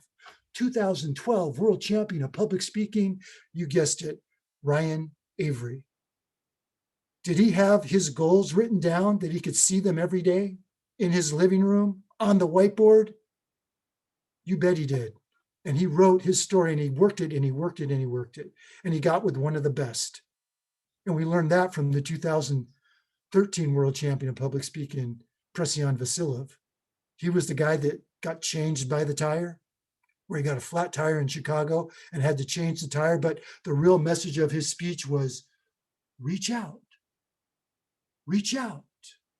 I interviewed him recently, and he tells us that he said that reach out 14 times. He has the distinction of being the world champion who used the least amount of words to win the world championship of public speaking. We can all learn from him. And today we're going to talk about getting to the point.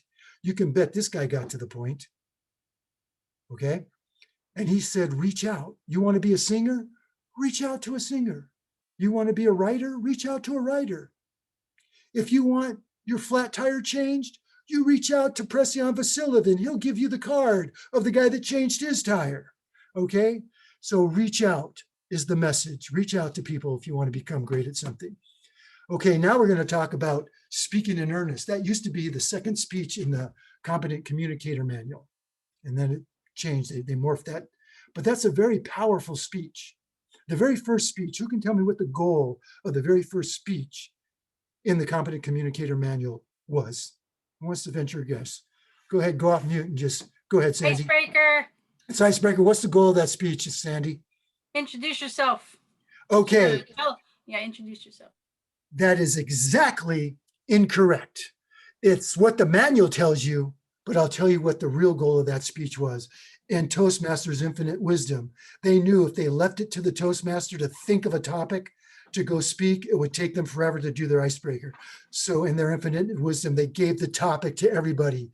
You go talk about you. But the real goal of that speech is to get you up to this spot that first time and start making this your comfort zone. Start making this so you can be confident as a speaker. That was the real goal. Thank you for playing, Sandy. We will send you the participation prize, but not the winning prize. Okay, we get to make fun of Canadians because they are the 51st state. They just don't know it. Okay, and I see 3 Canadians right now looking at me. Look at them. They're shaking their heads. They got their pink tops on. Okay. Be in earnest. What does that mean? We go to that exercise we just did, release the music within. We just talked about what is our music and what do we think about and what do we dream about. That is being in earnest when you guys wrote that list of words, and then you wrote the specific poetry on the other side. So be in earnest. When you stand in front of an audience, tell them true stories. True stories. Now, sometimes these stories may not have happened to you specifically. It might be the story you got in the conversation at the supermarket, but it was a true story. You can make it your own story. So here's a story when I was helping Omar write a humorous speech. And he wrote it out and he showed it to me. And I said, okay, you have 3 stories. You have 2 with your sister and 1 with this other lady. My first impression was, let's make all those stories about your sister. You introduce her in the first story. We're doing character development with her. No one doesn't know that the second story is not going to be your sister. Well, let's make it your sister. So this story is about you and your relationship with your sister. And so we have to look to the words of Mark Twain. Don't ever let the truth get in the way of a good story. Okay? So we use truth, we use what we've learned, and we talk about that in our stories. And the story was true about this gal. We just changed her name to be Omar's sister, because now the audience now gets 3 stories with Omar's sister, and that's a much nicer balance, isn't it? and it's a much nicer flow, and it made the speech go much better. So we talk about true stories, what the audience doesn't want. Now, as a new speaker, speak about whatever you want to speak about. Tell human interest stories, tell other people's stories. If it gets you up in front of this audience to speak, that's what's important at this point in your stage as a public speaker. But when you start to really come into your own, and when you start doing competition, the audiences want you standing in front of them telling other people's stories. They want to hear about you and your stories. And I learned this after being in Toastmasters 12 years. I never wanted to talk about my story, my life, my family. But when I started to compete, and I realized after watching the world champions, you have to talk about yourself. The audience wants to hear about you firsthand. And that's what's important. So be in earnest, tell stories, tell your story. And now you guys have your list of words and list of what is important to you. And you will find your stories in there. And there will be a plethora of stories. Okay, so be in earnest. And now we're going to get to the point. Let me pop up. I guess I should have popped up the organization one.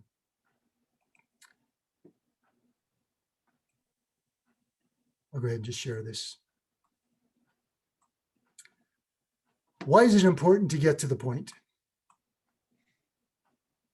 Because we only have 5 to 7 minutes to do our speech. We have 5 to 7 minutes. And we want to tell stories. We have to get to the point. I'll talk about 2 speakers right now. We talked about Pression, the man who used the least amount of words in his speech. If you go watch that speech, you will see that he does a setup that's very serious. He does a punchline, we laugh, and he has a lot of pause. And then he does a punchline. He does a setup, a punchline, a pause, a setup, a punchline, and a pause. If you look at his speech and look at the structure, that's pretty much what he does. There is a lot of pause in his speech, which makes it the reason why it's the least amount of words. He's very funny. So what is he doing? Every sentence that he says is meaningful. His setup, we get to the point. If you've ever taken any of Judy Carter's seminars, and she has 2 of them, she talks about being a comedian and she talks about the message of you. And in both of those, she talks about, get to the point. In your setup, it's not funny, and you get there as quick as possible to set it up, and then you do your punchline. So that is why we need to get to the point. If you look at Randy Harvey's speech, this is phenomenal. He does 7 stories in 6 minutes and 48 seconds. 7 stories.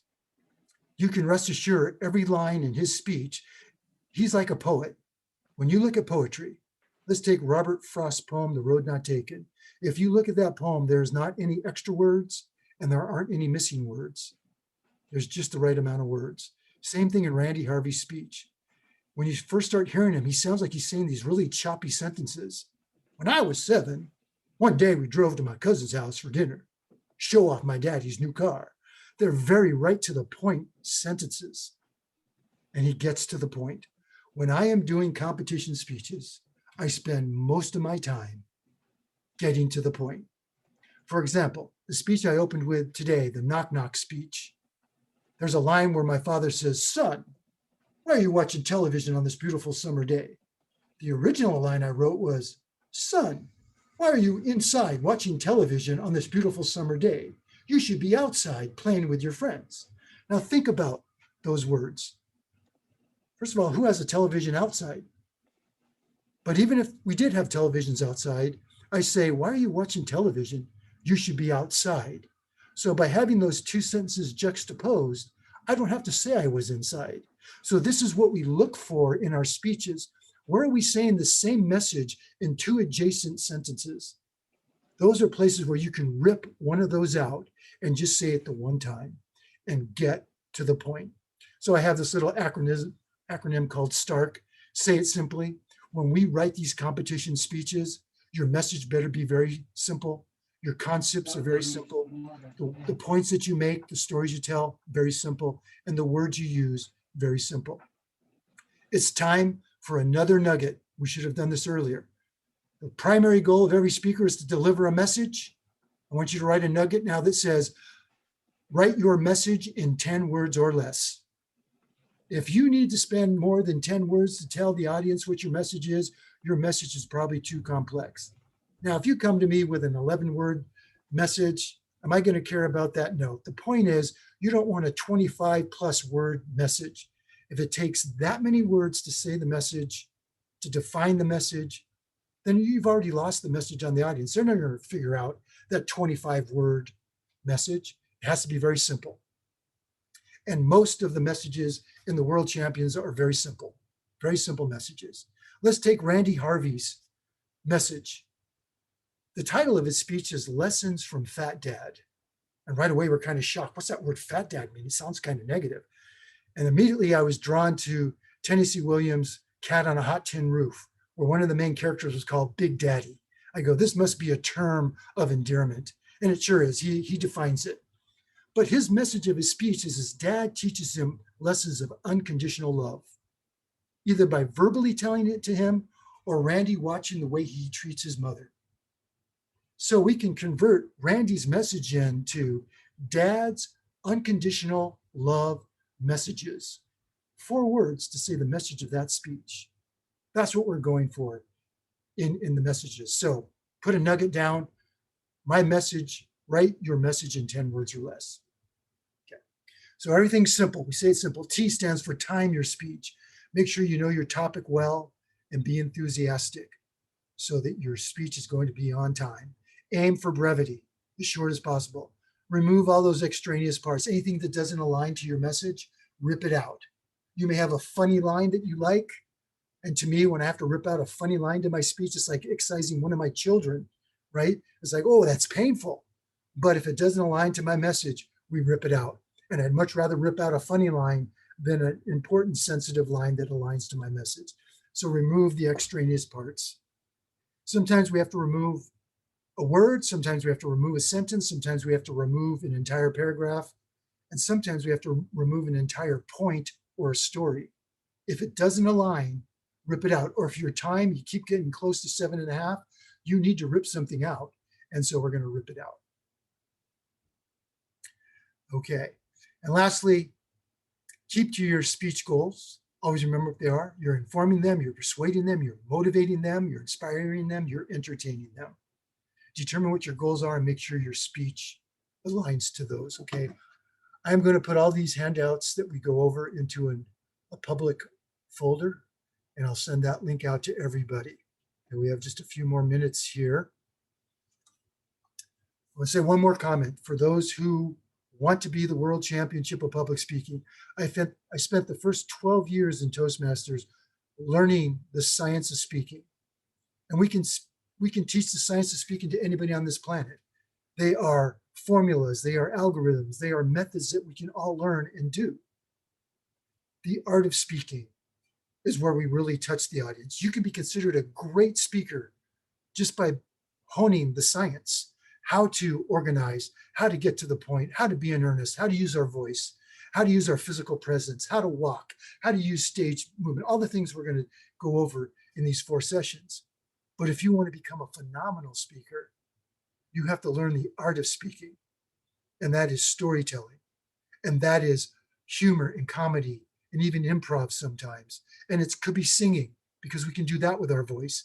And one of my favorites is figures of speech. We're going to do some of that here in the basics, but when we get to the advanced section, we're going to spend a lot of time with figures of speech. And I'm going to show you a map of the human brain. And I'm going to show you how, when you do certain types of constructs of paragraphs or sentences or adjacent sentences, that you are doing something to the human brain of your audience. You're making their brain talk to each other. Our hemispheres of our brains are not connected. They're actually 2 separate hemispheres. They are connected in the very bottom in this trunk of fibers called the corpus callosum.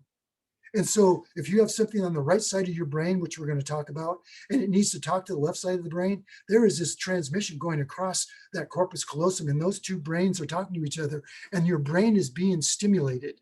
And when you're doing this to your audience, the brains of your audience are being stimulated. And when their brain is stimulated, they're stimulated. And when they're stimulated, they are into you.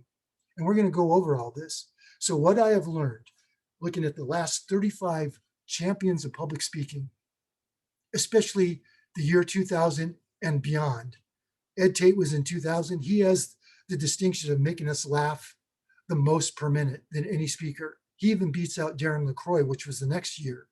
Darren LaCroix had a timing error, so he got an extra 30 seconds and he used it. And he made us laugh 129, he made us laugh 29 times in his 7 minutes and 48-second speech, which is on average once every 16 seconds. The point I'm going to make here is with humor and storytelling and figures of speech, when you can entertain your audience, they're going to like you. And when they like you, they are so ripe for you to give them that message and they want to receive it. And so I spent all this time doing the science. We need to do it, but I'm going to teach you how to entertain your audience. And that is almost more important than the message. But your speech has to have a message because that is the primary goal of what we're giving to the audience. But we're going to spend a lot of time entertaining. And you go back and look at those World Championship stage of 7 or 9 speakers, and you'll find the one that entertained us the most typically was the winner. And so I'm doing a paradigm shift for you guys. We're going to entertain. We're going to enhance our voice. If you don't have a good voice that can go over a long range, reach out and get a speaker, get a singer, and cultivate your voice. And the art of speaking, there are methods we can teach, but you don't learn that art until you stand in front of an audience and you try. You do storytelling, you see what works. You do humor, you see what works. I remember when Sandy Malone first came into Toastmasters, and I remember her early humor. Her later humor is much better, I will say.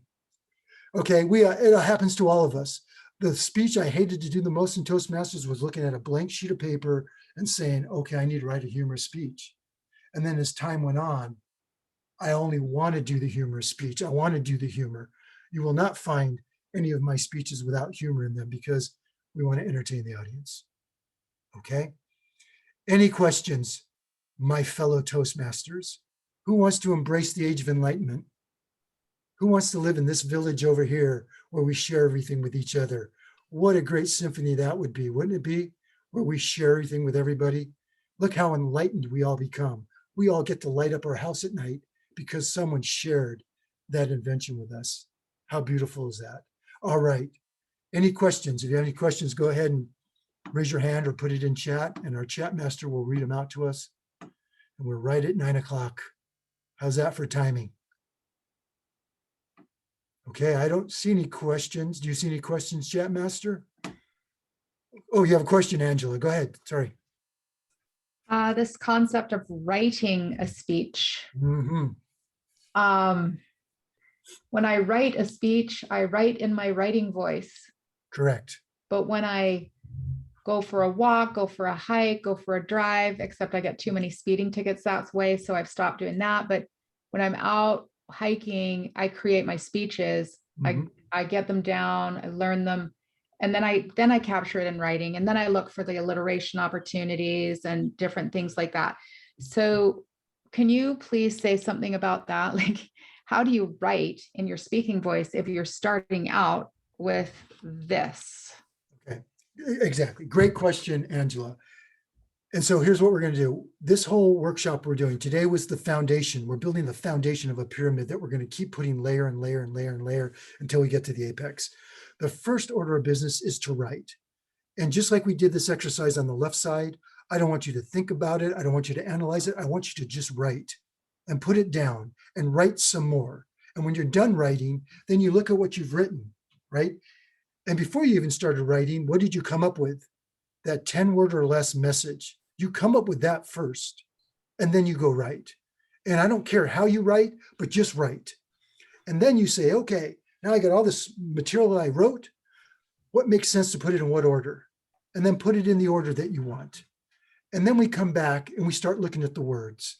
And we start, like you just said, we're going to change from the written word, because the written word, we get very flowery. We have a lot of transition of words from one sentence to the next. So the beginning of the next sentence, we have a bunch of transition words that line up with the sentence before. When we go from paragraph to paragraph, we have transition words that help us go. And and the reader's going to read all this. But look at Randy Harvey's speech. Very short, choppy sentences. He just gets right to the point. All the transitions are out. When I was 7, that was the point of that phrase. He was 7 years old. We drove to my uncle's house for dinner. He got right to the point. And to show off my daddy's new car. 1964 Fairlane. Every word has an exact essence in those sentences, and he gets right to the sentence. There's no transition between any of those sentences. And you'll see that there aren't any transitions between his paragraphs. And so after you write, Angela, we come back layer. The next layer is to go in and put it more into how we're going to speak. Okay. We're not going to do alliteration yet. We're not going to do simile. Those are figures of speech, by the way. Angela and I have been working, so she knows what we're talking about here. We're going to do figures of speech later. We're going to get the organizational flow. Sometimes people send me their speech and it's just the words, very two-dimensional, right? And I read the words and I go, eh. And then they come and deliver it to me with their voice and their pauses and their vocal variety. And I go, oh, I like that. So the words themselves don't necessarily mean anything. We're going to layer this with words and voice and movement and gesture. And then we're going to come back and start entertaining the audience with alliteration and simile and metaphor, allusion. There are over 250 figures of speech, and they are powerful. And we're going to go over as many as you guys want to go over, but they are powerful. So Lee, here's what I took away from what you just said. When you start writing, you don't get attached. You're just brainstorming. You're not getting attached. That's not because we can start learning our speech too early in the process. Oh, we don't learn the speech until it's at a certain stage, right? Right. As I said here, that's my extraneous parts, right? The R that was on the Stark. Sometimes you have to remove words, sometimes sentences. So when I get down to my speech and it's like 7 minutes, I go, I need to remove stuff. I start going to a 12-word sentence and I get it down to 10. And I keep going through the list. I only took 2 words out, but by the time you go through the entire speech, 1 word here, 2 words there, maybe I took 2 sentences and made 1. Yeah. By the time you do that, all of a sudden you've taken off 15 or 30 seconds, and that's powerful. Thank you. Right? So we remove, and to get to your point, sometimes I have to remove an entire story. Ouch, that hurts. I wrote that. I want that in there, but I only have 7 minutes. We have to prioritize. Okay, so it's a layering process. We'll talk about this more next session, and I'm going to show you the pyramid in the 4th session, what we're actually doing. Okay, and I know it's 9 o'clock. We've gone a little bit longer. Any final questions? You can always send me email. Okay, go ahead, Thomas. Who was the world champion that had the fewest words? I didn't get that. Persuasive, Vasiliev, 2013. So you can go and Google world champions of public speaking, and you'll see a list of all of them. But Persuasive, Vasiliev. Thank you. Yes. All right. I'm going to go ahead and put my email in the chat here. If anybody has any questions, you call me. You send me an email anytime, and we will do this. Lots of comments in the chat to say thank you and words of appreciation for your wonderful presentation. All right. Thank you very much. Thank you very much. My gift to you. Now your gift back to me is I want to see you guys competing. I want to see you guys, you don't have to win. I want to see you guys keep progressing. When you go to a competition, you're not competing with any of those people. You're competing with your last speech. And as long as you keep improving, that's all that matters. Okay? So keep on writing speeches and competing and getting it. And another nugget, the last nugget before we leave. Whenever anybody asks you to speak, you say yes, as long as you don't have a conflict. Anytime anybody ever asks you to speak, if you want to be a speaker, go speak. So that's your last nugget for the night. Was our comment? Sorry. I think someone was. Okay, well, are you glad you came tonight, Toastmasters? What ideas have enlightened you?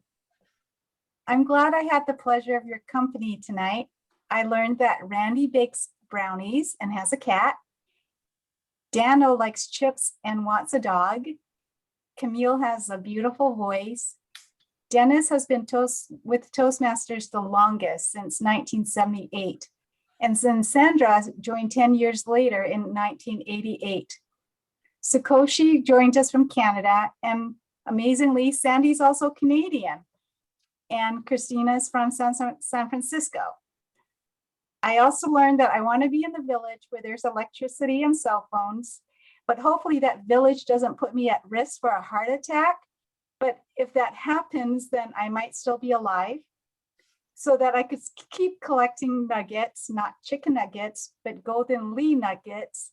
I got 6 tonight, and if I keep coming back, I might get my 20 pieces. So the hand is my speech, but that's not really all I need to be an awesome speaker.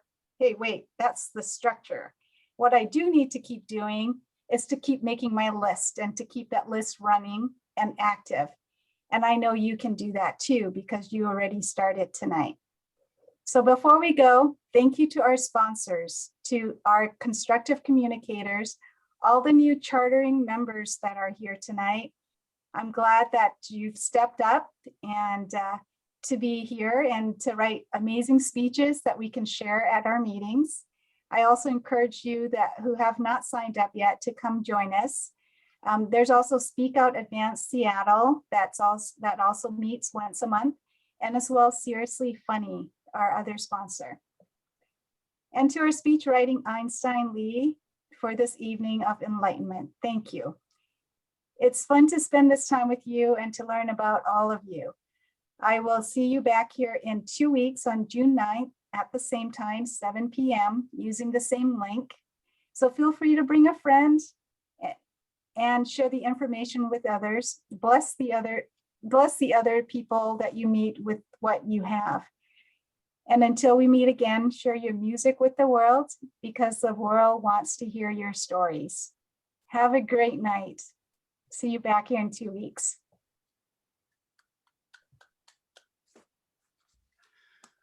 I'll stick around for a few minutes if anybody else has any questions.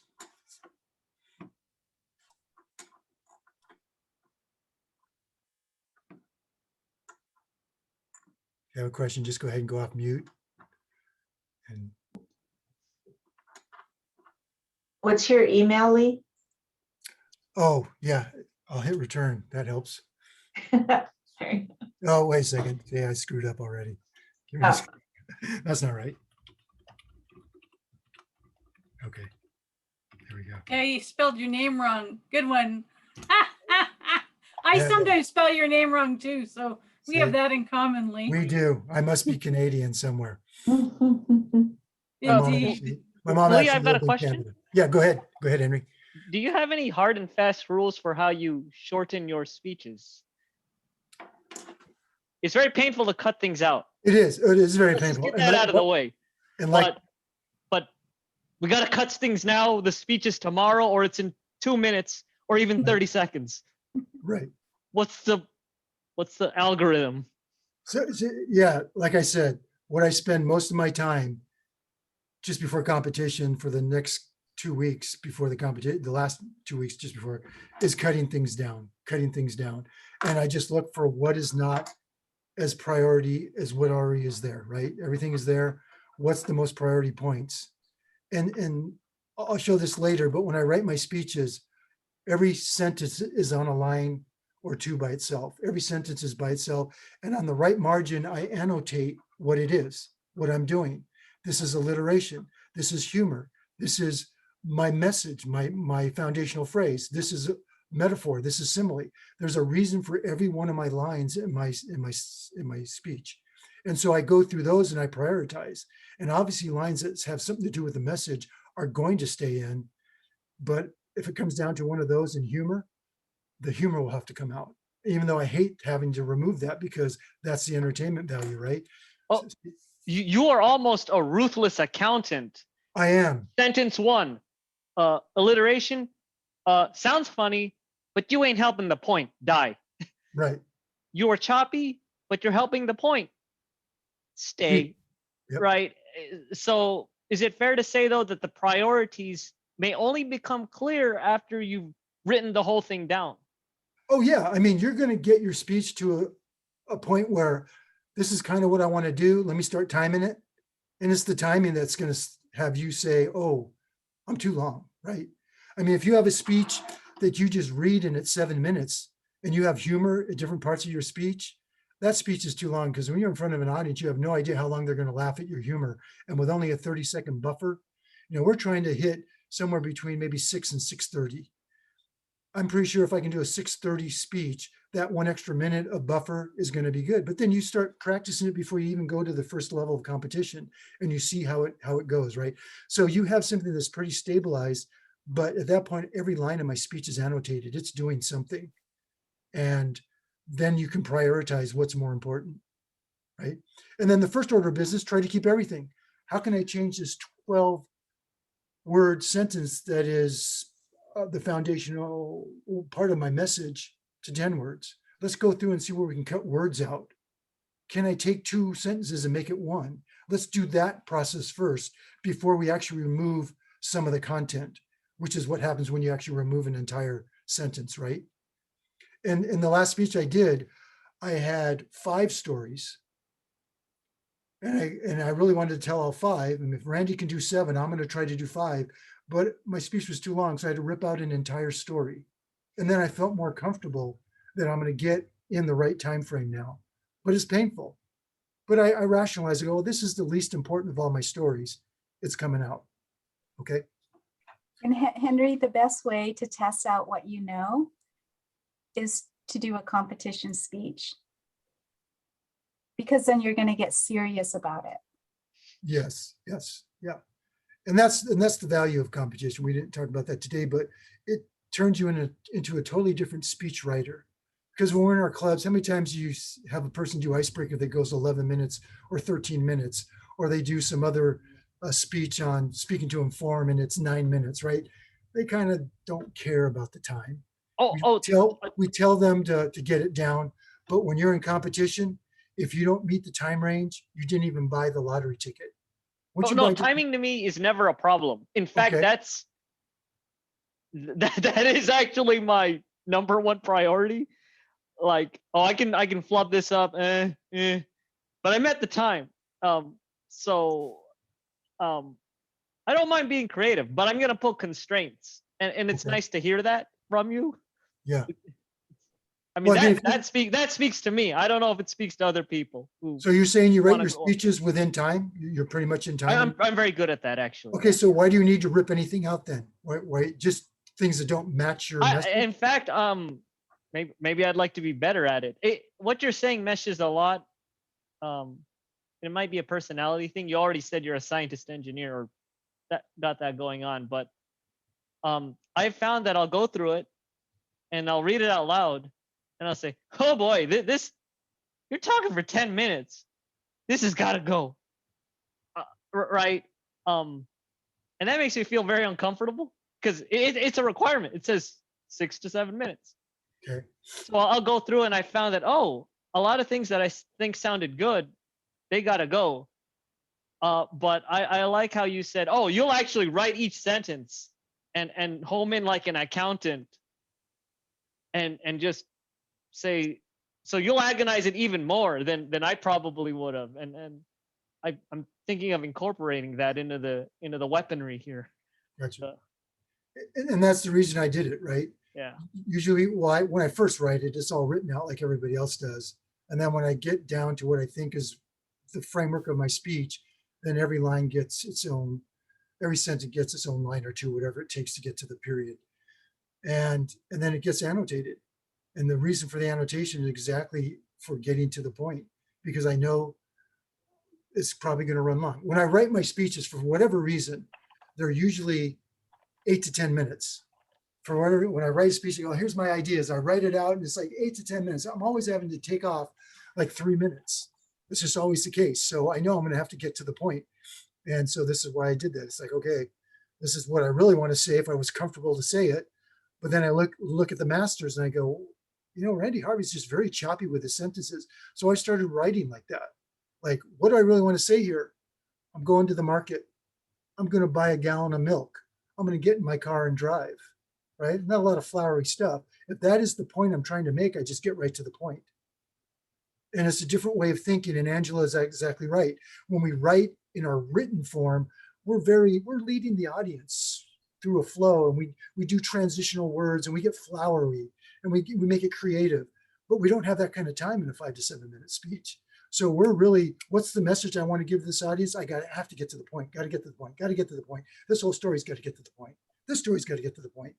And then I got to give my overall message, it's got to get to the point. And that's what I spend most of my time on. And it's brutal. And eventually I think I'm going to start writing in that way. And I do right now. And sometimes, okay, what we haven't gotten to yet is we're going to talk about polyrhetoric. What's polyrhetoric? That's where you write a sentence and it's humorous, but you make it alliterative and you also make it a simile. You put 3 rhetorical devices in one sentence. How much mental stimulation would that be doing to your audience? And if you want to know what I'm talking about, go online and Google and listen to some of Robin Williams' comedy shtick, right? This is a guy that is so far out there that while he's talking, he's doing allusion to literature, he's doing pop culture, he's making us laugh, he's grabbing an object from a lady in the front row that's a scarf, all of a sudden he's a Muslim. I mean, he is just rocking it with the mental stimulation. You cannot watch Robin Williams for more than 15 or 20 minutes because your brain's going to catch on fire. It's just going to, right? He is absolutely amazing, right? So polyrhetoric, we're going to get there. And we'll probably get to more of that when we get into the advanced technique. But we're going to learn the basics first. I need you guys to know how to write a speech. I need you to know how to get to the point, organize. We're going to do voice and we're going to do our physical presence next session, which is really powerful for us as a speaker, right? When I talk about teaching speech, I'm talking about us standing on stage in front of an audience. I'm not talking about Zoom. In the 4th session, we're going to bring David Hablowitz in, and he's going to talk about being on Zoom. Okay, because this is probably going to be with us for a couple more years. Any other questions? Lee, I just want to give you a little feedback. Okay. I don't know if you noticed, but your camera went out of focus a few times. Okay, yeah. And then it corrected itself when you did your hand a little closer to the camera. Okay. So I think if you do notice that, for me, I've had to kind of go like that with my hand and it kind of brings it back in. But I just wanted you to know that I think the trick for you is to do something closer to the camera, and you could probably get that incorporated in kind of naturally to what you're doing if you notice it. I just wanted you to know ahead of time. Well, perfect. Feel free to drop that in the chat. Okay. And then if I don't see it when I pause, Zim will go, oh, you might be a little out of focus, right? We're all doing this, right? I bought a new camera, bought lights, bought a microphone. We're all having to put that little extra expense in. I'm going to look for a lavalier mic as well. But yeah, and I know you know all about audio visual, Miss Angela. So I love technology. yeah, I'll just embrace technology. It's my best friend right now. Petra, are you joining us from Thailand?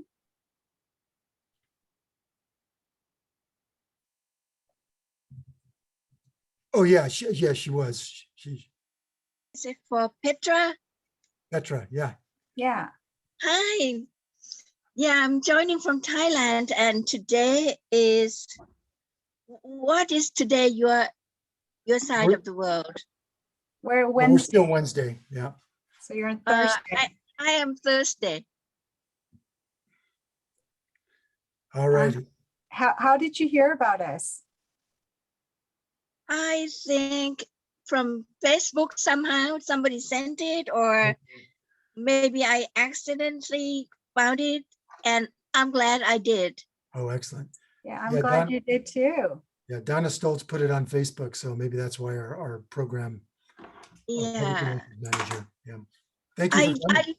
I love your training, Lee, because everything is so logical. When you say something, and I can see how it linked to the next sentences. Great, great. You taught me a lot. Good, Thank good, you good. so You're very welcome. And I didn't mention this at the beginning. Whenever I say something, I'm always going to give you the why. And that's what's most important, right? And so it's always the why. And if you buy into the why, then you're buying into this philosophy. If you don't buy into my whys, then I'm not the guy for you. But I try to make it as logical, and I give you the reasons why we do stuff. All right. It makes it so much easier to apply when we understand why. Yes, yes. It is the most important of all the interrogatives. What, where, when, how. facts and figures, dates and data. They don't move us. The who moves us a little bit because we're talking about people, but it's the why that really moves us. We always want to know why. Just like those people that showed up in Washington, D.C. in the summer of 1963, they showed up there because of the why, not because of the who or the what. Mina, we haven't heard from you at all. Just want to say hi. Hi, Mina. Well, this was fantastic. Thank you so much to your club for sponsoring this. Thank you, Lee. This was really actually quite incredible. It's my favorite event I've attended at Toastmasters this entire year. This has been really fantastic. Thank you. Thank you. Thank you. Come back for event number 2. Yes. Mina, did you want to say something? Yeah, I just want to say thank you to Lee. This is my very first speech learning course.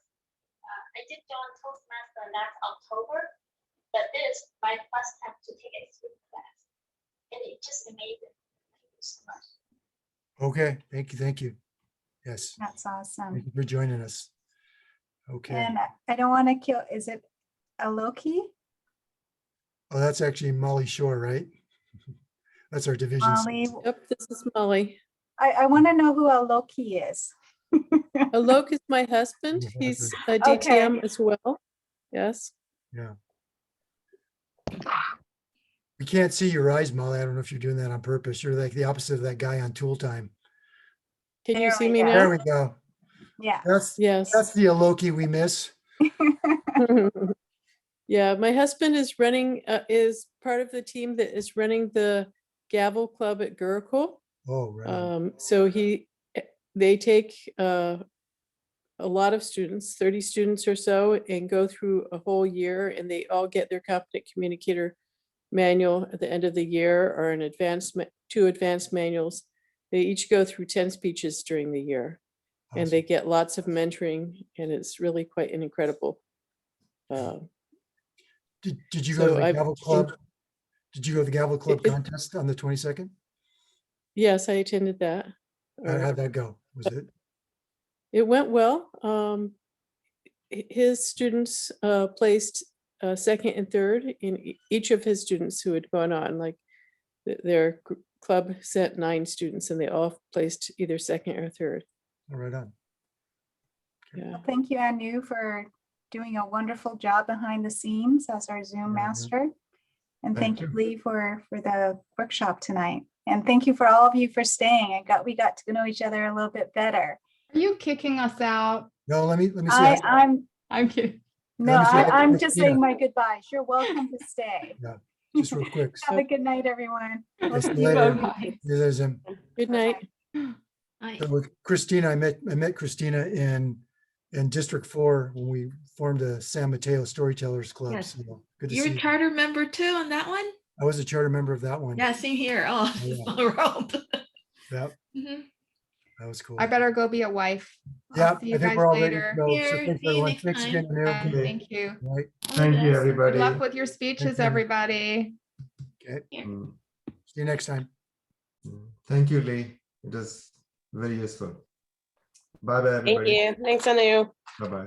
Nice to see you, Henry. Good. Bye.